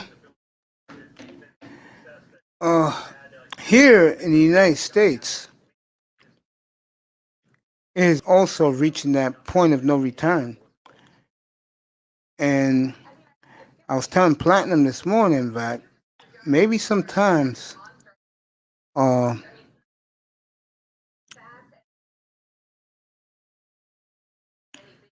may have to move on, because I feel sorry for a lot of these young brothers out here. My nephew's now gone to himself, and my nephew don't have a bad bone in his body, except for one group of people. You guessed it, the white man. Shout out to my nephew, Buddy, out there doing his work. I know he's listening. In his office at his house, he has his own business, an LLC, and all that type of stuff. Now, this juggernaut, back to sports, this juggernaut called the Buffalo Bills, they may get upset on Saturday. I'm going to watch that game intensely in my den after I do the business and financial report with the brilliance of Black Wall Street. That'll be 9. I'm going to tell them, let's do a 9:30 show on Saturday morning. I got to talk to Sheila E. about having a woman's female show here on Saturday mornings from 8 to 11. Sheila E., put a 1 in the chat room. Would you like that? A morning show from 8 to 11 on Saturday mornings. Put a 1 in the chat room. You too, Nicer, if you would like a platform like that. Up here. Both of you. Put a 1 in the chat room if you would like that. Or just a whole group of women, no guys coming up on the panel, no men on the panels. Would you like that up here? Put a 1. Sheila E. Nicer, both of you. If you like it, put a 1. If you don't like that idea, put a 2. Sheila E. puts a 1. Yes, Sheila, next time you come up here, next time you come up to the platform, we'll talk about it. If you want to come up now, no one's here. We can talk about it right now. I mean, you know these sisters in the manosphere. I don't get involved with the women in the manosphere. I mean, I know the beautiful, and she's like a baby sister to me, Melody. I love Melody. I'm a big fan of BAP, but she don't want to talk to me. She was supposed to be up here a long time ago. She came up for like a minute or two. She seemed like she was a little hesitant to talk to me. Yeah, I understand that. Don't worry about it. Watch the grand boy. Watch the grand boy. But I'm saying that I think it's a good idea. And it'll be a little different from what the breakdown a woman perspective does, where they let guys come up and act like fools. I think it's better where you hear just all ladies, all sisters in a platform, and I'm on my business. I'm not gonna be sitting up here while you ladies are talking. I will be over there laying down and just chilling out and making sure everything goes fine. There will be, I have my nephew, by the way, make up a banner. If you like the way my nephew does banners or thumbnails, a lot of guys do. My nephew is brilliant at that. Yeah, baby sis is a sweetheart. I love my young Melody. She's like a baby sister to me. I know I'm gonna get some women upset, but Jessica is like a niece to me. Congratulations on her success in the manosphere. Yeah, these are ideas I had, sweetheart, when I wanted to do my platform. I was thinking lady show on Saturday mornings, a business show. It could be anything you want. Just talk lady stuff. Don't have to be sports. You could talk lady things, like what you sisters like to talk about. I'm giving you like 3 hours. Just do what you like to do. You ladies get together, talk about the problems that sisters have in society. Yeah, Jessica is doing real well. I don't get involved in that because I like to have my respect from guys like Mr. Fantastic and others. So I leave Jessica alone. And what I mean by leave her alone, I mean I let her do her thing. I mean Jess is taking off. Congrats to her. I'm doing my own thing. And when you're doing your own thing, when you're doing your own thing, you don't worry about the other people that are on when you're on. And it took me a little while to realize that. I think they were all testing me in the manosphere, how I respond. And I guess I came through with flying covered colors, and I get respect from other platforms. I'm going to reach out to him tomorrow.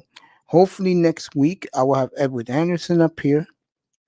Mr. Fantastic will be with me 2 weeks from this Saturday night to do the life and times and remembrance of Kobe Bryant, who will be the 1 year anniversary that he died in a helicopter crash in Carlsbad, California. He's a big Kobe Bryant fan, and I think that show will be done very, very well for everybody. I be doing my little lives. We have to be happy for each other. Yes, exactly. I'm not a hater. So I'm going to try and get the beautiful Rashida Strober up here and talk about colorism and about dark-skinned women. I've reached out to her. Hopefully she says she'll come on. I'm going to push her buttons a little bit just to get her mad because I love when she gets mad. Oh, my God, a year ago.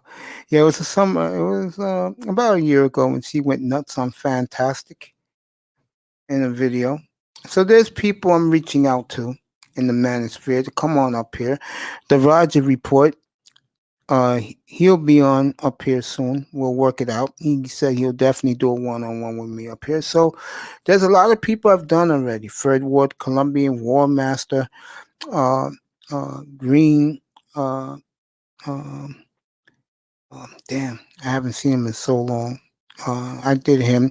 I had Marco Grande 4 times. And Marco, who's one of my favorites, is fascinating. 2 weeks ago, I had the beautiful Namaya Buckner in the interview for a quick 5 minutes. She didn't want to show herself. I didn't care. I wish she would show me some of her beautiful golden brown chicken wings that she cooks. What a tremendous cook Namaya is down in Philadelphia. I offered her $50 to cook me a plate of wings. I'll run to Philly, get it, and come right back up on the bus. Or the Amtrak. I'll do that, for her wings. I had Melody up here, which was one of the best interviews. You talk about you could hear a pin drop. And I had the beautiful Melody up here, and she gave me one of the sweetest compliments. I said, which platform you like coming up the most? She said, yours. I said, why? She said, because I know you're going to protect me. And I cried inside when she said, I would never let nothing happen to that beautiful young lady. Sheila E's cracking up. Who else did I have here? I had a few people. I had Fred Ward. I had Topaz up here. I had Kenny Conjo twice. And when I get an editing guy, I'm going to have him edit all the interviews and show them to all of you good people. Uninterrupted, by the way, all those interviews. Marco Grande for 2.5 hours. Fred Ward, Colombian, for 2.5 hours were outstanding. Yeah. I asked her. I was I asked her, because she's always in the breakdown. So I called her in there, and I said, Mel, would you like to come up tonight? I said, I'll be on in about an hour. She said, sure, I'd love to. She came in, I brought her up. She gave me an hour and a half of her time, and it went very well. I mean, we don't talk, when I interview somebody, I don't talk sports. I talk about their lives. Well, what made them like what they do, what they're about. I'm going to have an interview, by the way, with, I'm trying to think who it was again, but I'm going to get Edwin Anderson here next week because he reached out to me for me to do a one-on-one with him. So I'll reach out to him tomorrow and I'll get him up here next week. I did Tac-Man, which is fascinating. Me and him are like this. Me and Tac-Man Clan Killer, we're like this. And when I did him, wow, I expect to do my boy Landau Carisian. Happy belated New Year to you, Landau, if you're listening. No, I love you. more than anybody in the manosphere because you was the first one to reach out to me. Congrats to Aiden Sama. I did him for a few minutes. He promised, we promised each other to do each other one-on-one. He's one of my closest friends in the manosphere, and he's doing very, very well. Happy belated New Year to Aiden Sama. Great person, and I'm glad that his surgery to his hip went well, and he's walking again slowly but surely. So the cool thing about me is I met a lot of friends in the chat room, and a lot of them are very proud of me and what I do. And the number one respect I get from my peers in the Black manosphere is I'm very versatile. I could talk about a lot of things other than touchdowns and slam dunks. And this is for Sheila E. It's a power play. Go! Sam Rosen with the Rangers. Rangers start their season next week. They opened training camp yesterday up in Rye, by the way. I said that for you yesterday, Sheila. Sheila E. I said that for you yesterday in the beginning of my 10-hour journey yesterday. Go ahead, baby. I love you. I'll be back this afternoon. I'll be gone in another 15 minutes. Sheila, I love you. Take a quick nap, and then I'll be back late in the afternoon. And we'll have fun this afternoon because I'll be well rested. I'm having a good time in here. I always do. Me and Pete went at it yesterday. Pete came up here this morning. Bygones be bygones. No big deal, no sweat off my back. Try and trade for Sean Jones since I'm up here. Love you too, baby girl, and to the family in the chat. I love everybody in the manosphere.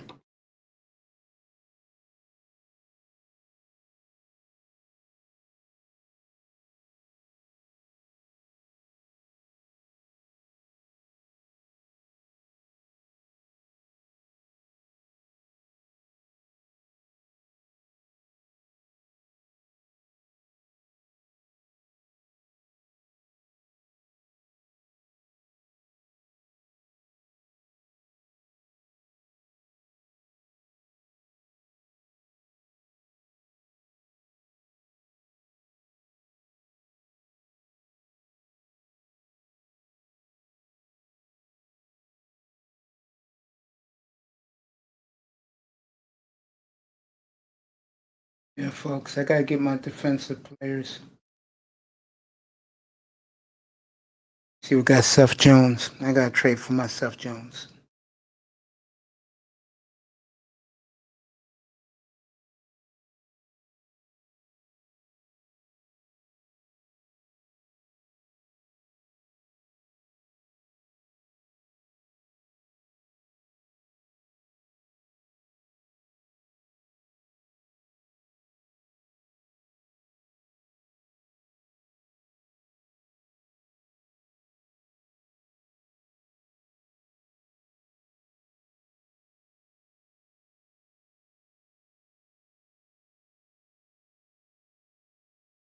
There you go.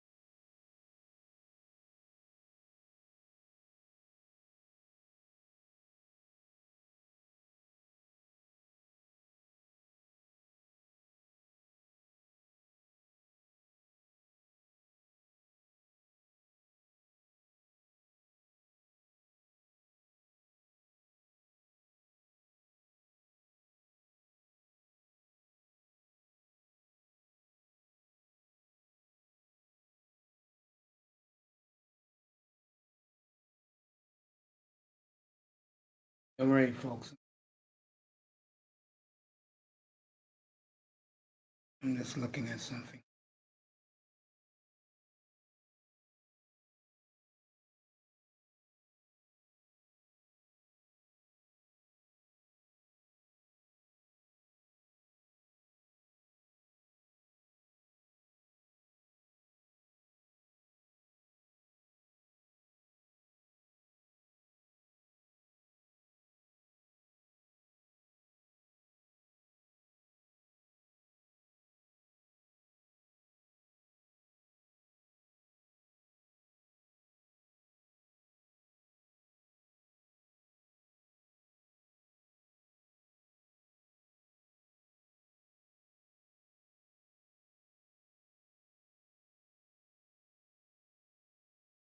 All right.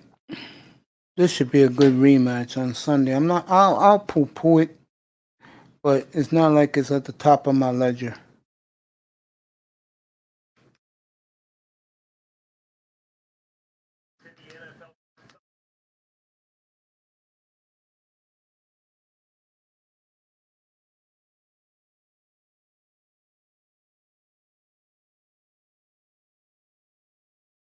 Okay.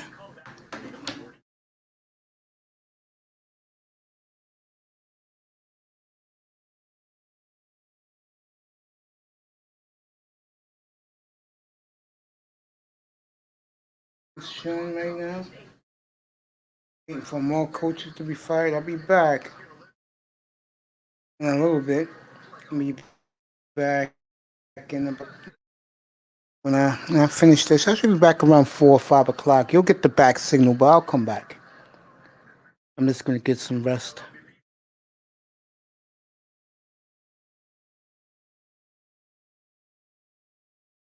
Pittsburgh, Cleveland, what's the other game? Bears, Saints, Rams, Seahawks, Buffalo, Colts are the games this weekend. Then it's whoever you guys like. I'll give you 5 more minutes, then I'm out of here. I'll be back later this afternoon. I'm gonna catch a quick nap. Just came from therapy. Told you I was gonna pop right on up, and I did. I kept my word. I put the schedule what time I was coming on when I was in a dialysis chair. 8:30 this morning. I said I'll be on in an hour. Got me a cup of coffee. Came round up. I think your Bears have a chance, bro, because you got a defense, Abdul. Want to talk about it? I'll give you some time, bro. Here's the link. Light up a stogie, Officer Jones. Come on up. Just me and you, man. Shit. I'm doing my 3 hours right now. I'll probably do 5 hours tonight. Maybe 6. Depends how the flow. I could do 7. I'll be back on tomorrow morning, 6:30 Eastern time for the morning recap. I will kill the Dolphins tomorrow with their gutless performance. 6:30 a.m. Eastern time to 9:30. I'm gonna get all this shaved off my hair. Get me a skin fade. Oh, you on the street? You on the beat? Okay, Officer Jones. I think your Bears have a chance. Yes, I do. I'll tell you who's the happiest people in the NFL right now. The Chicago Bears hierarchy. Matt Nagy will be back next year. What's up, Faston? What's up, my boy? Happy belated New Year to you. The GM, of course, for passing on. Yeah, no, bro. What's up, Faston? I feel you, my brother. Good morning to you. Well, you're in Texas. Yeah, it's good morning to you. It's 11. It's gonna be 11:30 down in Texas. In Texas. Fasting's in the Houston area.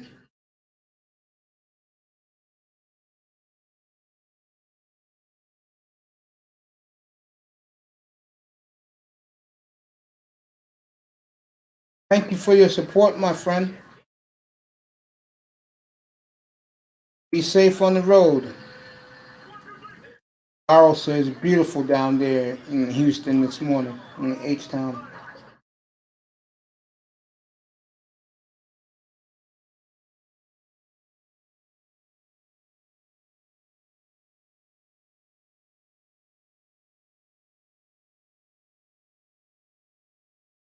Tomorrow at this time. I'm gonna go look for her today. Fasting. If you see this beautiful young lady, you tell her tomorrow, 11:30 her time. One-on-one interview with the beautiful Shay Celeste, and me and that lady will talk about swirling and what makes the white man better than us. That will be tomorrow, 12:30 Eastern, 11:30 down in Houston, 9:30 Pacific, 10:30 will start Platinum is out in the Rocky Mountains in Denver. That will be tomorrow.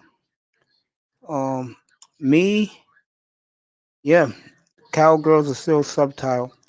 That'll be the beautiful Shay Celeste tomorrow afternoon when I come back from getting myself cleaned up. Should be a good interview. Me and Fast, yes, celebrate the troll. I will. I mean, I was good to her last week. She came here twice. I was surprised. She likes coming up here. Well, tomorrow I don't think she may not like it too much, but I do respect her. She's grown on me. She's a young girl. She's in her 20s. Yeah, she is a troll. She's in her 20s. You on the road, buddy? You on the road? If not, come up. The link is up here. It's right there, right on top of your name is the link. I'll put it in again. Come up for a couple minutes. Well, I'm going to try and get a show with me, you, Azen together, and we talk about the good Lord. I think that'd be a great show. We talk about... I don't know about that. Shay, Celeste, and me, we're getting there. We're pretty cool. I like her a lot. Yeah, he's on the road. You be safe on the road, bro. You're a good friend, a good man, and I appreciate everything you do. I appreciate and thank you so much for your support on the first night you was in here just to support me. Came up on the panel, me and you talked a couple of times, and I gotta get me, you, and Azen to do a show about Christianity. I think that'll be a hell of a show. Me, you, and Azen. You know, I'm a church boy myself, Catholic church, but I don't mind talking the spirit of the Lord. I mean, I'll tell my feelings. I am a big believer in God. Don't think I'm not. I'm not here about the Lord.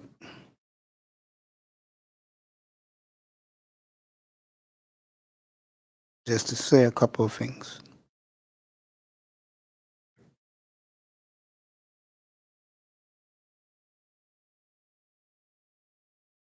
Fasting, terrific human being.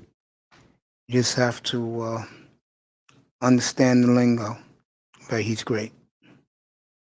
Fasting, I respect you, my friend, everybody.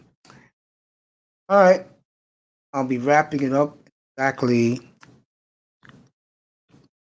10 seconds. We had a great run today. Outstanding run.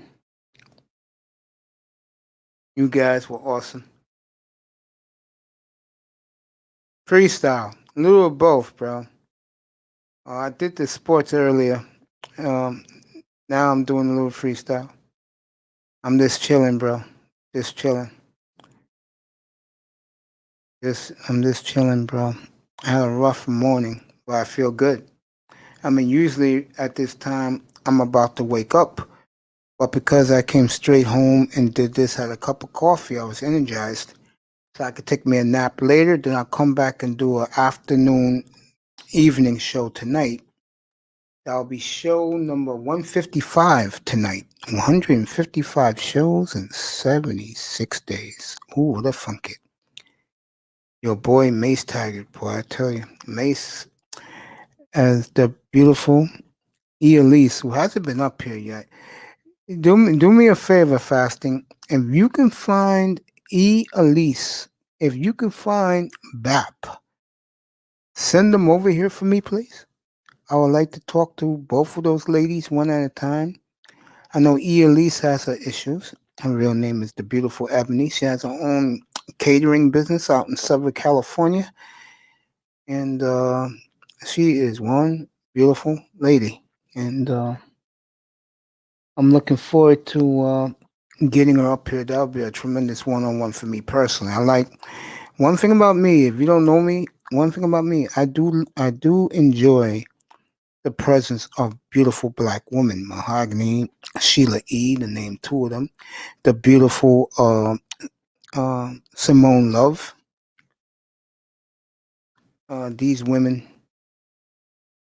are big supporters. Yeah, fasting. If you get a chance, if you can find Elise BAP, send them here. Tell them I appreciate it. Tell them that their boy Mace is waiting to talk to them one on one. Speak of the devil, here he is on the road. Get my oh, they're on my damn head. What's up, bro? Fasting. What's up, bro? Hey, what's up, Mace? How you How you doing? doing, bro? Happy New Year to you. Thank you. Even though it's It's it's the a new fourth. year according to the Gregorian calendar. Fake Yeah, news. man. What's up, bro? How you doing, man? Oh, good. Right now I'm driving from San Marco Yeah.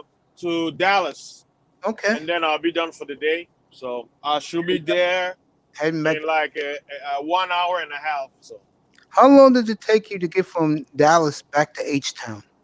about 4 hours in my truck. Okay. 4 hours and 30 minutes. Okay. So you'll be back just in time for dinner. No, usually I'm sleeping up here in Dallas, and then I go back home tomorrow. So I go home every other day. So if I leave today, I go back home the next day. So I feel you, man. How's life been treating you, man?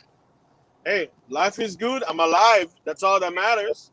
Yeah, that's what I said. And a lot of people didn't wake up on New Year's Eve. So People, I said something on New Year's Eve in here, and what I said was, your life is precious. You're depressed. There's help.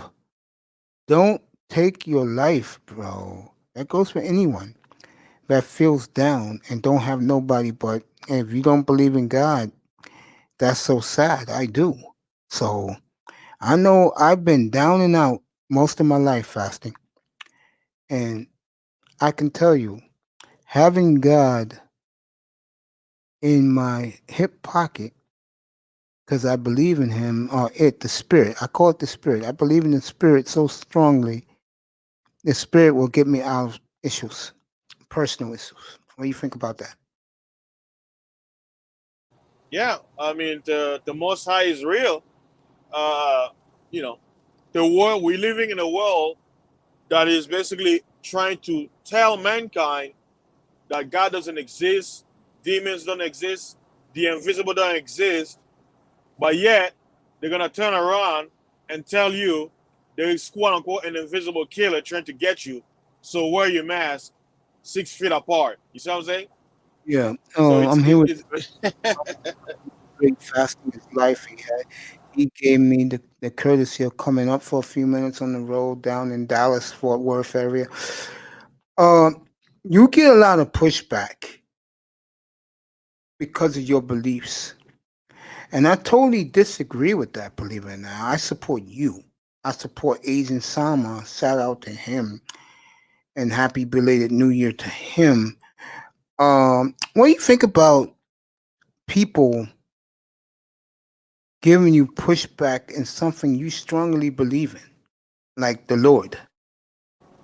I mean I'll make it simple. Most people they have no code. And when I say code, meaning many people they just follow the wind. Yeah, Each I agree. man, right? Each man must have his own rules and laws and code. Like you gotta have your own foundation. That's why I say all of us are not the same, even though we are men, right? So there's something we may have in common, and we have to learn to accept the differences.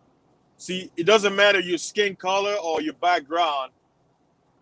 You can learn to accept someone who's different, right? All right. Like I give an example. based on my beliefs, there are certain things I can do, like smoke weed.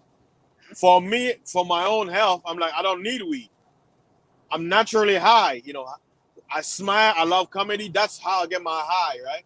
But then somebody else may smoke weed. So right there, some people may look at it and be like, well, because you don't smoke weed, don't hang out with people who smoke weed. But I'm like, no, that doesn't really mean anything. If some people say, oh, they can influence you to basically change your mind. I'm like, no, why?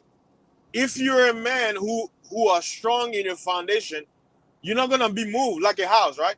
If your house has a strong foundation, it doesn't matter if there's a wind, a storm, a tornado, that house will stand. Why? The foundation is strong. It may remove the ceiling, it can break your windows, but guess what? The foundation is still gonna be grounded in that hole. You know what I mean? Absolutely it's never correct. gonna be removed. I'm here with the Great Fasting is Life. You can find him around the Manus River, especially. He's DJ Cooler's right hand man. Me and Dusty had a big argument about that last week, and I told Dusty that you his right hand man. Yeah, man. Hey, I support all the brothers out there. The main reason why I'm always on Kudas because of my schedule. Most people are sleeping. And you're a staple. Yeah, you're a staple on Kudas. It's like I am. Whenever I go up there, I go to sleep. I say hello to everybody, and I go to sleep. Kuda, let me ask you about him real quick. Your opinion. I know how we both feel about him. His terrific knowledge of tech equipment. Yes. I'll say it again. I said to you, we both have an appreciation of the great DJ Kuda. And I just asked you the question, how do you feel about his phenomenal knowledge of technical equipment? Yeah, I mean, he's beyond his he's beyond his time. I agree. And the one reason why I respect Kuda and I rock with him, he's a visionary. Yes. And I know he hates hearing that, but I told him, you're like a prophet, like a seer. A seer is somebody who can look what's going on and see far ahead. Totally agree. It's been proven time and time again. And not only that, like he's very smart. That's why I'm a man of knowledge. I'm a man who think a lot. Like I love to stimulate the mind. And sometimes people may think I'm trolling and all that. The thing is, I do certain things to make other people to think. Yes, I totally agree. Because I'm a man, like I love my solitude. I love being alone. And when I'm alone, I do a lot of thinking in my brain. Bingo. I'm the same way. I'm very antisocial. But the one thing I do, because I have great peace of mind for myself, because there's nothing better on earth than a good peace of mind, I meditate a lot. Yes. And that's the beauty. I'll tell you, a lot of people under this pandemic, they can't handle. They're getting depressed being alone. But when everything was quote unquote normal, they'll look at people like us who prefer to be in solitude. They'll be like, "Oh, that's not good for your mental health." But look at you now. Look at God. No, or son, look at Satan. Look what he has done to the world. Now you're like, I can't stand being alone. It's depressing. I'm like, you want to know why they're feeling that way? Because they never learn to be alone.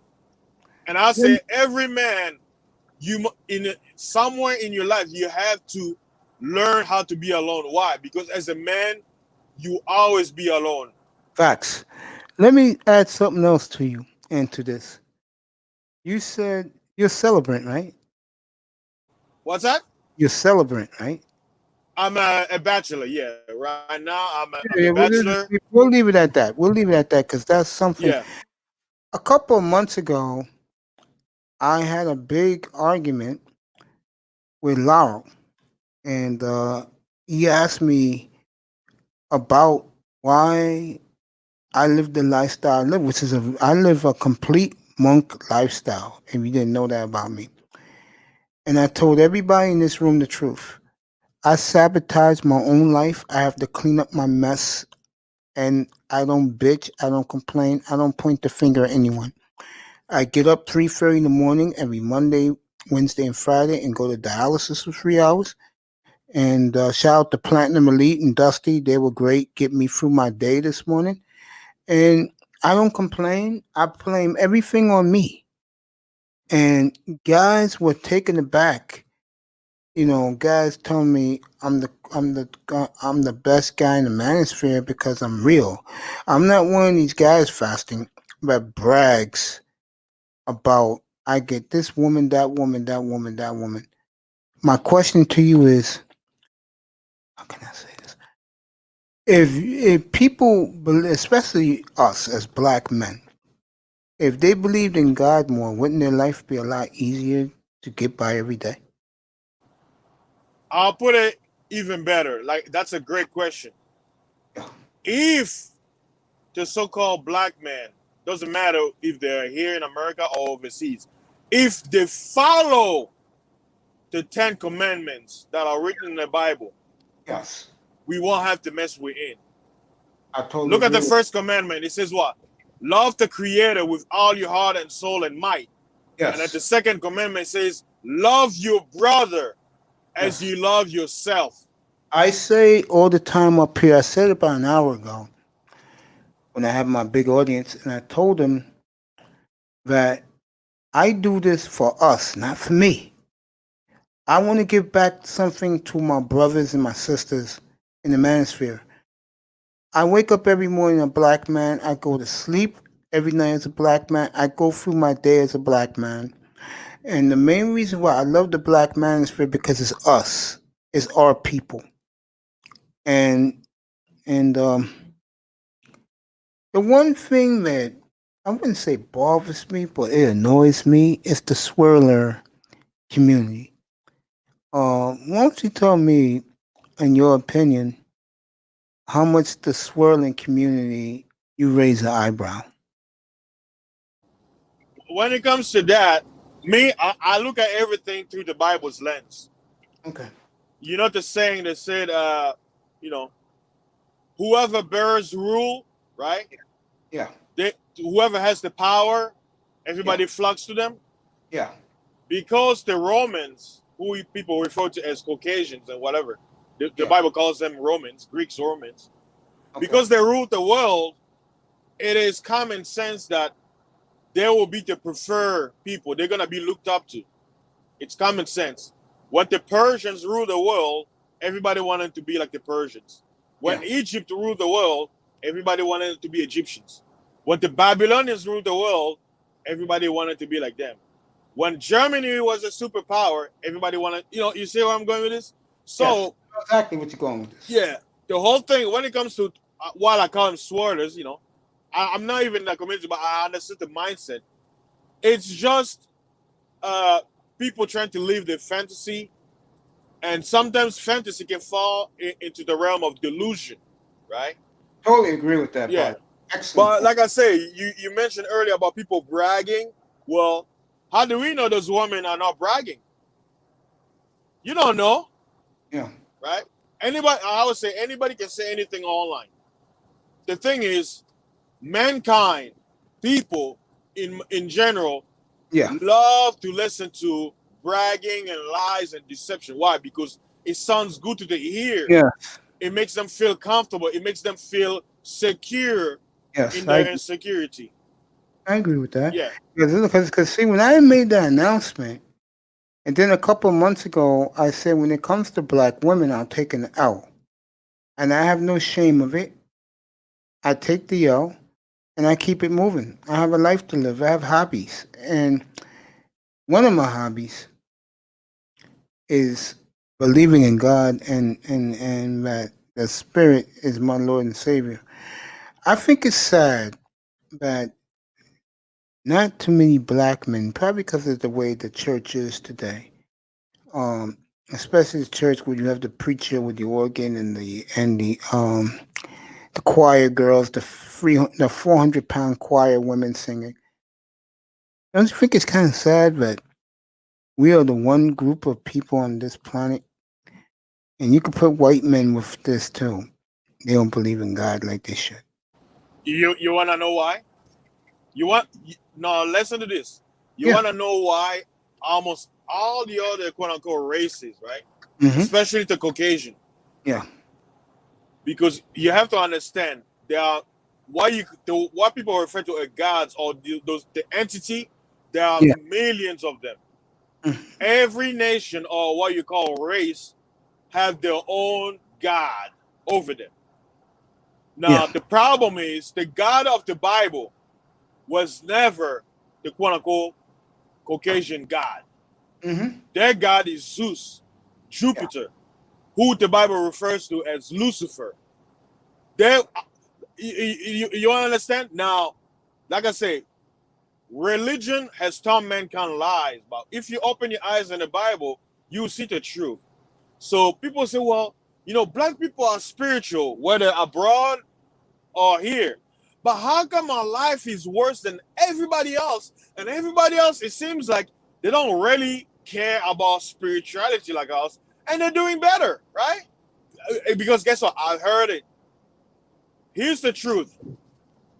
The reason why the other nations who are called the other quote unquote races, because race just means ethnicity, the reason why they can not do what we do and have a good time, why? Because the creator was never their God. They're not bound by the rules that the entity responsible for this earth, they're not bound by their rules. Meaning, they can do wickedness, they can do evil. They will be rewarded. Why? Because their gods will reward them for doing that. Absolutely. Their gods have a different rules than our God. I'll say black people worldwide, right? Yeah. In unison. Yeah. We have, in a spiritual sense, if the creator, right, the God of the Bible is our father, we are the child, the son who's trying to run away from us. We have daddy issue. We've been fighting our father for thousands of years. And then guess what? We run away from home, we get hang out with bullies and murderers and all of them. Guess what? They get to do the dirty stuff, but guess who get caught? We do. Guess who get beat up? We do. Guess who gets stomped over? We do. And then we look at them and say, what am I doing wrong? And the creator is like, son, just come home.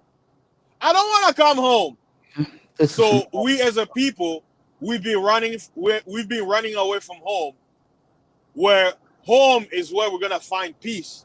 And that's why the majority of people, when it comes to spirituality, we good. When it comes to religion, we'll jump in right quick. But guess what?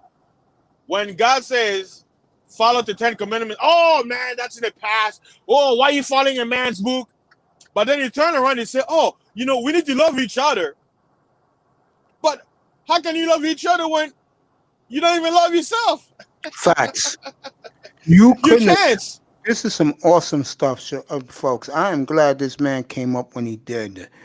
And this is some awesome stuff. Look, not to you. I'll get back to you in a second. Look, if you don't believe in spirituality, leave. This is some deep shit we're talking right now. The great fasting is life.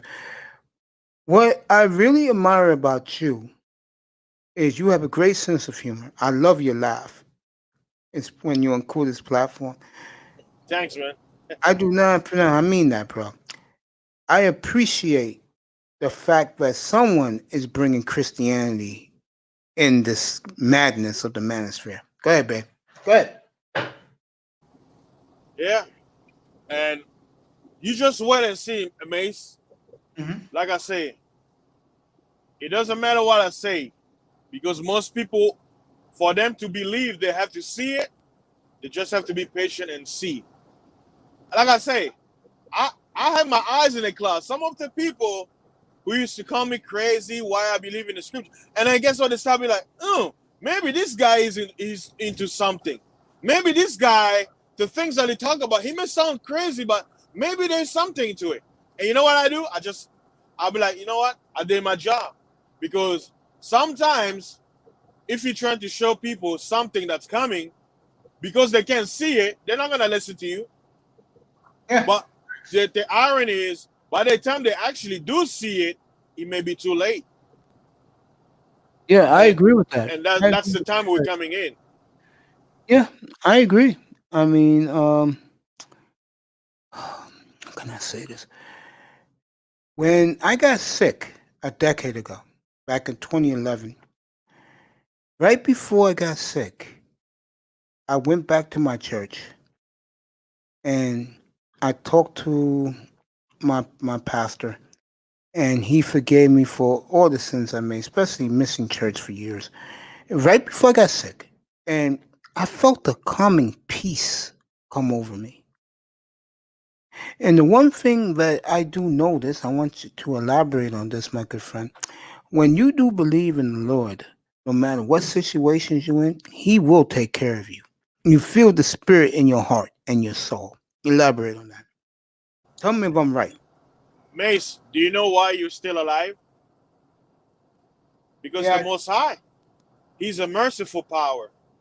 Yeah. The scripture says, if people could see and understand how much He loves us, we won't be doing the things that we do.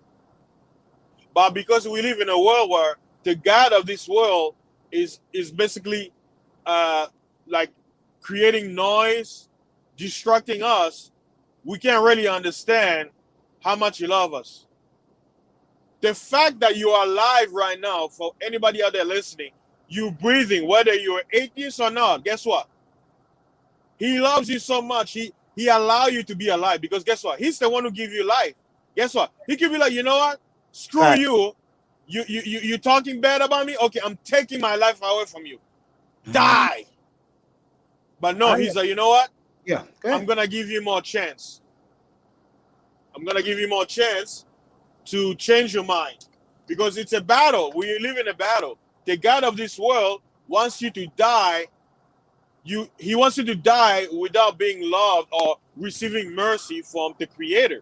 So what you do is he will make you feel like the Creator don't love you. The Creator, He's allowing out the bad thing when He's the one doing the bad thing. So He plays into people's minds, and because people cannot see Him, they believe they'll be like, oh, well, why do God allow all the things? They speak of things they don't understand.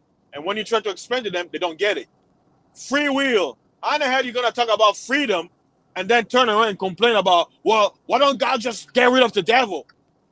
Well, if you want God to do that, then don't complain about dictatorship. Don't complain about your rights being infringed, because He gave us free will. And that's why I tell people, even when it comes to this whole pandemic, where they say, oh, you gotta get the shot, it's mandatory. I say, just because it's mandatory doesn't mean you have to. There's always a choice. There's always a choice. They cannot force you nothing. They can coerce you, meaning they say, well, if you don't take the shot, you won't get paid. If you don't take this shot, you can come in our store. If you don't take the shot, you can travel. They can do all that, but guess what? At the end of the day, it's still a choice. You always have a choice. Why? Because even in this world, they understand that rule that the Creator gave. Free will. Shout out to the great Sirism who's dropped by in the chat room and said peace to my brothers, both of us. I just sent Ism a nice note. Ism, you're doing a hell of a job on your platform, my friend. Keep up the great work. Proud of you, bro. Oh, Ism in the building, eh? Yeah, man. Shout out to Jack. Yeah, man. That's right. Jack. What's up, Jack? Oh man, Ism doing a hell of a bang up job on his platform. Check him out. He could be on 6 o'clock Eastern. He could be on 11 o'clock Eastern. This guy to catch. Hey, Mace, and something you mentioned earlier about this being celibate, right? Yeah. Here's the thing. I applaud you because you know what, you accept, like you say, a man has to be honest. A man has to be confident in himself, right? I even mentioned on DJ Scooter show, when I moved back from Dallas to Houston and I was trying to get my life together, I went 3 years without, doing any chasing of women. I went 3 years with, and people be like, even one of my homies, he's like, man, he's like, you know what? If I was you, I couldn't do it. He said, how did you do it? I mean, like, you know what? It's the battle of the mind. I was like, I need to get my finance in order. I need to focus. Okay, trucking. My first company, I did 3 years, where I was traveling. I've been to 46 states, and I was coming home every 2 weeks, only for 2 days. So I was out there traveling across the country, meeting people and all that stuff. But I was not doing the whole, hunting. I call chasing women hunting. Yeah. Why? Because I was like, you know what? This is something I have to do. I need to focus. Now, some people, they will shame you. They'll shame you for, that's not right. It's not healthy and all that stuff. I'm like, who are you? That's my decision, right? Yeah, I agree. A man, like, I'll put it this way. I may not agree with another man's decision, but guess what? Like I gave it an example earlier. You choose to smoke weed. I don't. Yeah, I'll be like, hey, bro, it's good to have, a sound mind. But guess what? I'm not going to look down on you for making your choice. Years ago, I would have, but as I grew in knowledge, I've come to understand, I'm like, you know what? Free will of choice, right? And I understand the word sacrifice. Sometimes you have to give up something that you love the most in order for you to ascend to a certain level. It could be money, it could be fame, it could be woman, it could be anything, right? Yeah. Because people don't understand sacrifice, they'll look down on you when you're in that stage of sacrifice. Not everybody has to do it, right? Because we're not the same. But some people don't look at someone's sacrifice as a bad thing, And that's what I say. People can brag, but, they got to understand sacrifice. So, Yeah. I've been on this earth. I just turned 50. I just turned 54. I've been on this earth that long. Okay, fasting. I lost my weight completely in 2011. Lost 145 pounds in 10 months. I'm gonna say from April 2011 to, I'll be fair with myself, June of 2012. That's the only time in my life, which is 4 years of my life, I had let's just say dating experience with women. You take away that year and a half, I've gone over 52 years without even conversation with women. I haven't kicked it to a woman in nearly 9 years, bro. Think about that. Hey, I've been by myself, bro, doing me. Hey, guess what? Even in the scriptures, you have men of God who never dealt with women. One good example, the greatest man of all time, who people call Jesus Christ. He never dealt with women. The Bible says he was tempted with all things. You don't think he had eyes for big booty? He was a black man. Of course he loved booty. But guess what? He knew he had to sacrifice something. I agree. Sacrifice. I agree. But guess what? His disciples had women. Peter, the one he left the church, was married. He had wife and children, but he didn't. Did he say, well, y'all need to be like me? Yeah, no. He had his mission, and Peter had his. So people will look down on him and be like, well, he didn't deal with women. How? What? But they be like, well, his disciples had families, but they followed him. Why? Because they saw his discipline. He had a discipline. He had a mission. So are you going to look down on the greatest man ever because he never dealt with women? You see what I'm saying? It's a hypothetical question. and to be honest with you, I have a peace with myself because I've lived basically you want to call it a virgin's lifestyle, a monk's lifestyle, and I'm not ashamed of it. Hey, hold on, Mace. A man cannot be a virgin. That's bullshit, fake news. Okay. The word virgin means young maiden. It's a woman's term. Okay. You're not a woman. Okay. A man cannot be a virgin. A virgin means a woman who's coming to her flowers. Okay, so people have abused this word. It's ridiculous. Every time I'm like, look, you're a man. A man cannot be a virgin. A man doesn't have a man doesn't have to pop his cherry. And men don't have a cherry. That's why he's not. He can't be a virgin. That's stupid. Yeah. A man is a man. Hey, that's why every time I hear, I'm like, bro, like you shooting yourself in the foot. You're a man. You can't be a virgin. A virgin is a young. It says a young woman of marriageable age, whether she had sex or not. Okay. That's why, because you have to look at the word. It comes from the Latin Virgo. It means young maiden, young woman. Okay. Yeah. No problem. I had to point that out because I hear it all the time. I hear that from incels and all these people. I'm like, bro, you're a man. You can't be a virgin. Stupid. Okay.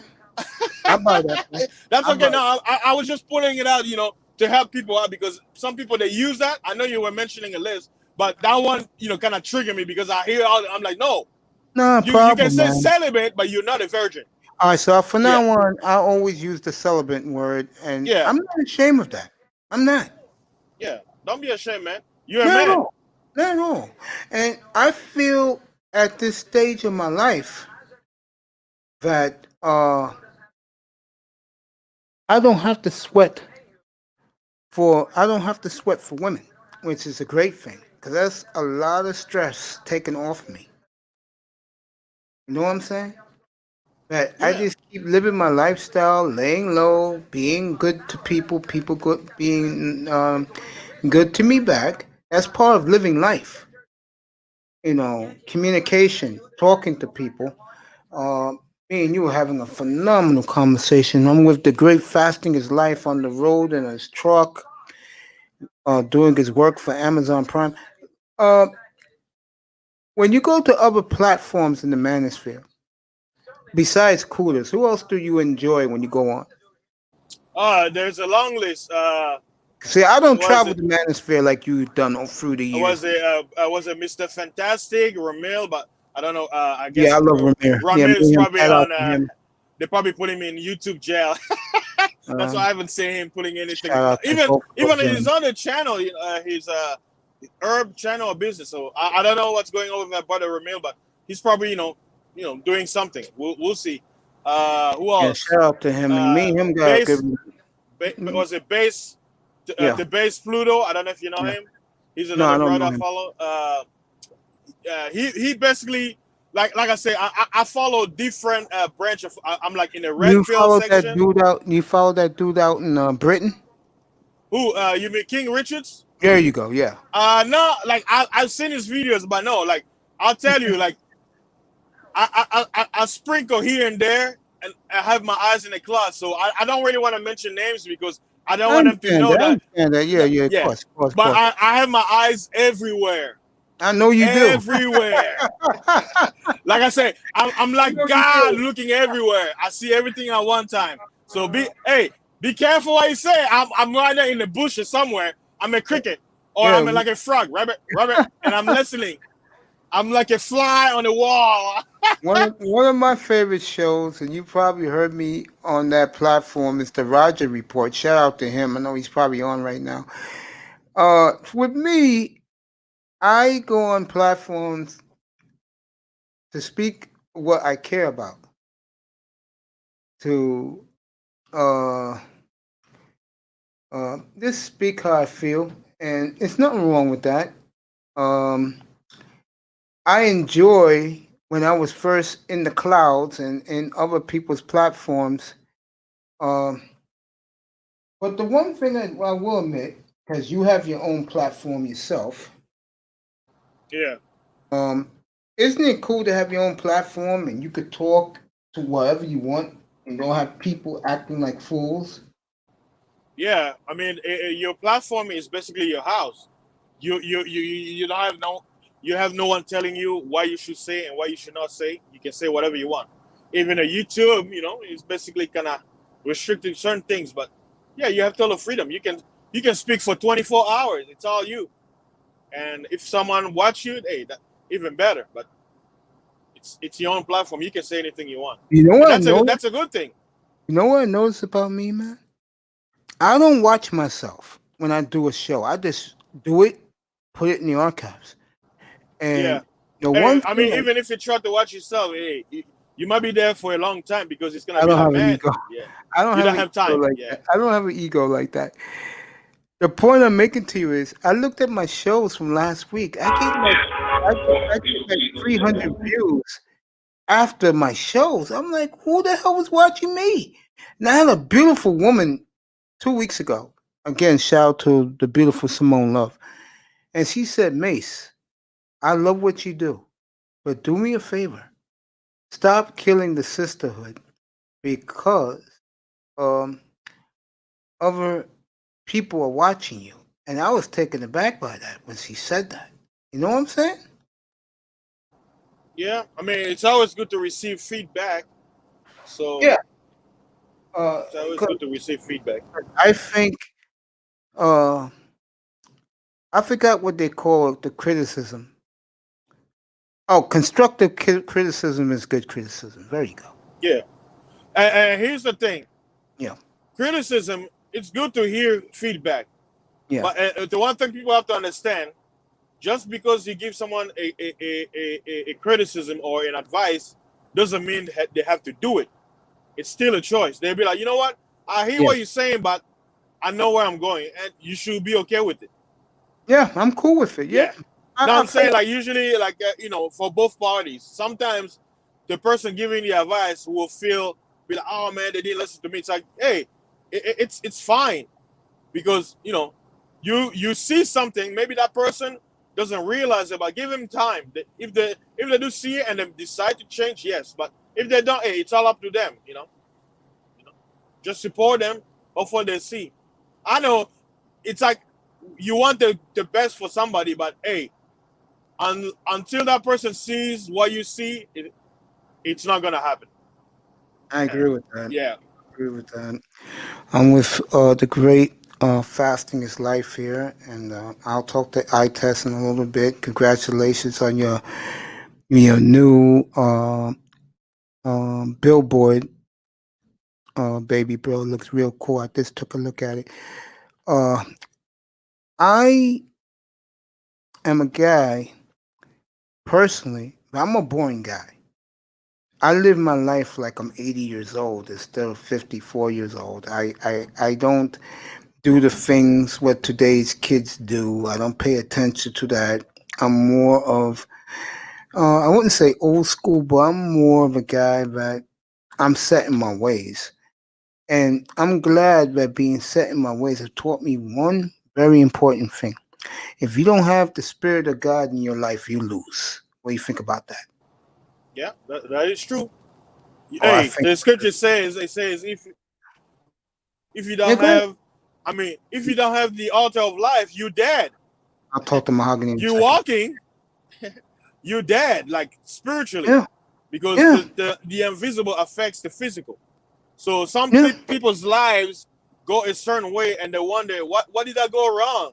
Well, you're dead spiritually. That's why yeah. you need to seek You're right. life. Yeah, you're You need right, to man. resurrect.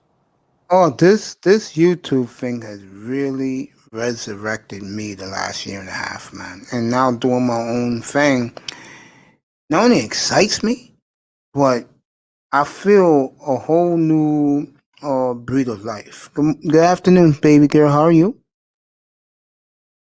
Mahogany. Oh, Mahogany in the building. What's up? Welcome Mahogany. to the show. Happy New Year. Mahogany. She's getting her mic together. When she gets it together, I'll ask her Yeah, again what's up. hey, she's probably making sure that she's no longer on OnlyFans no more. Nah, nah.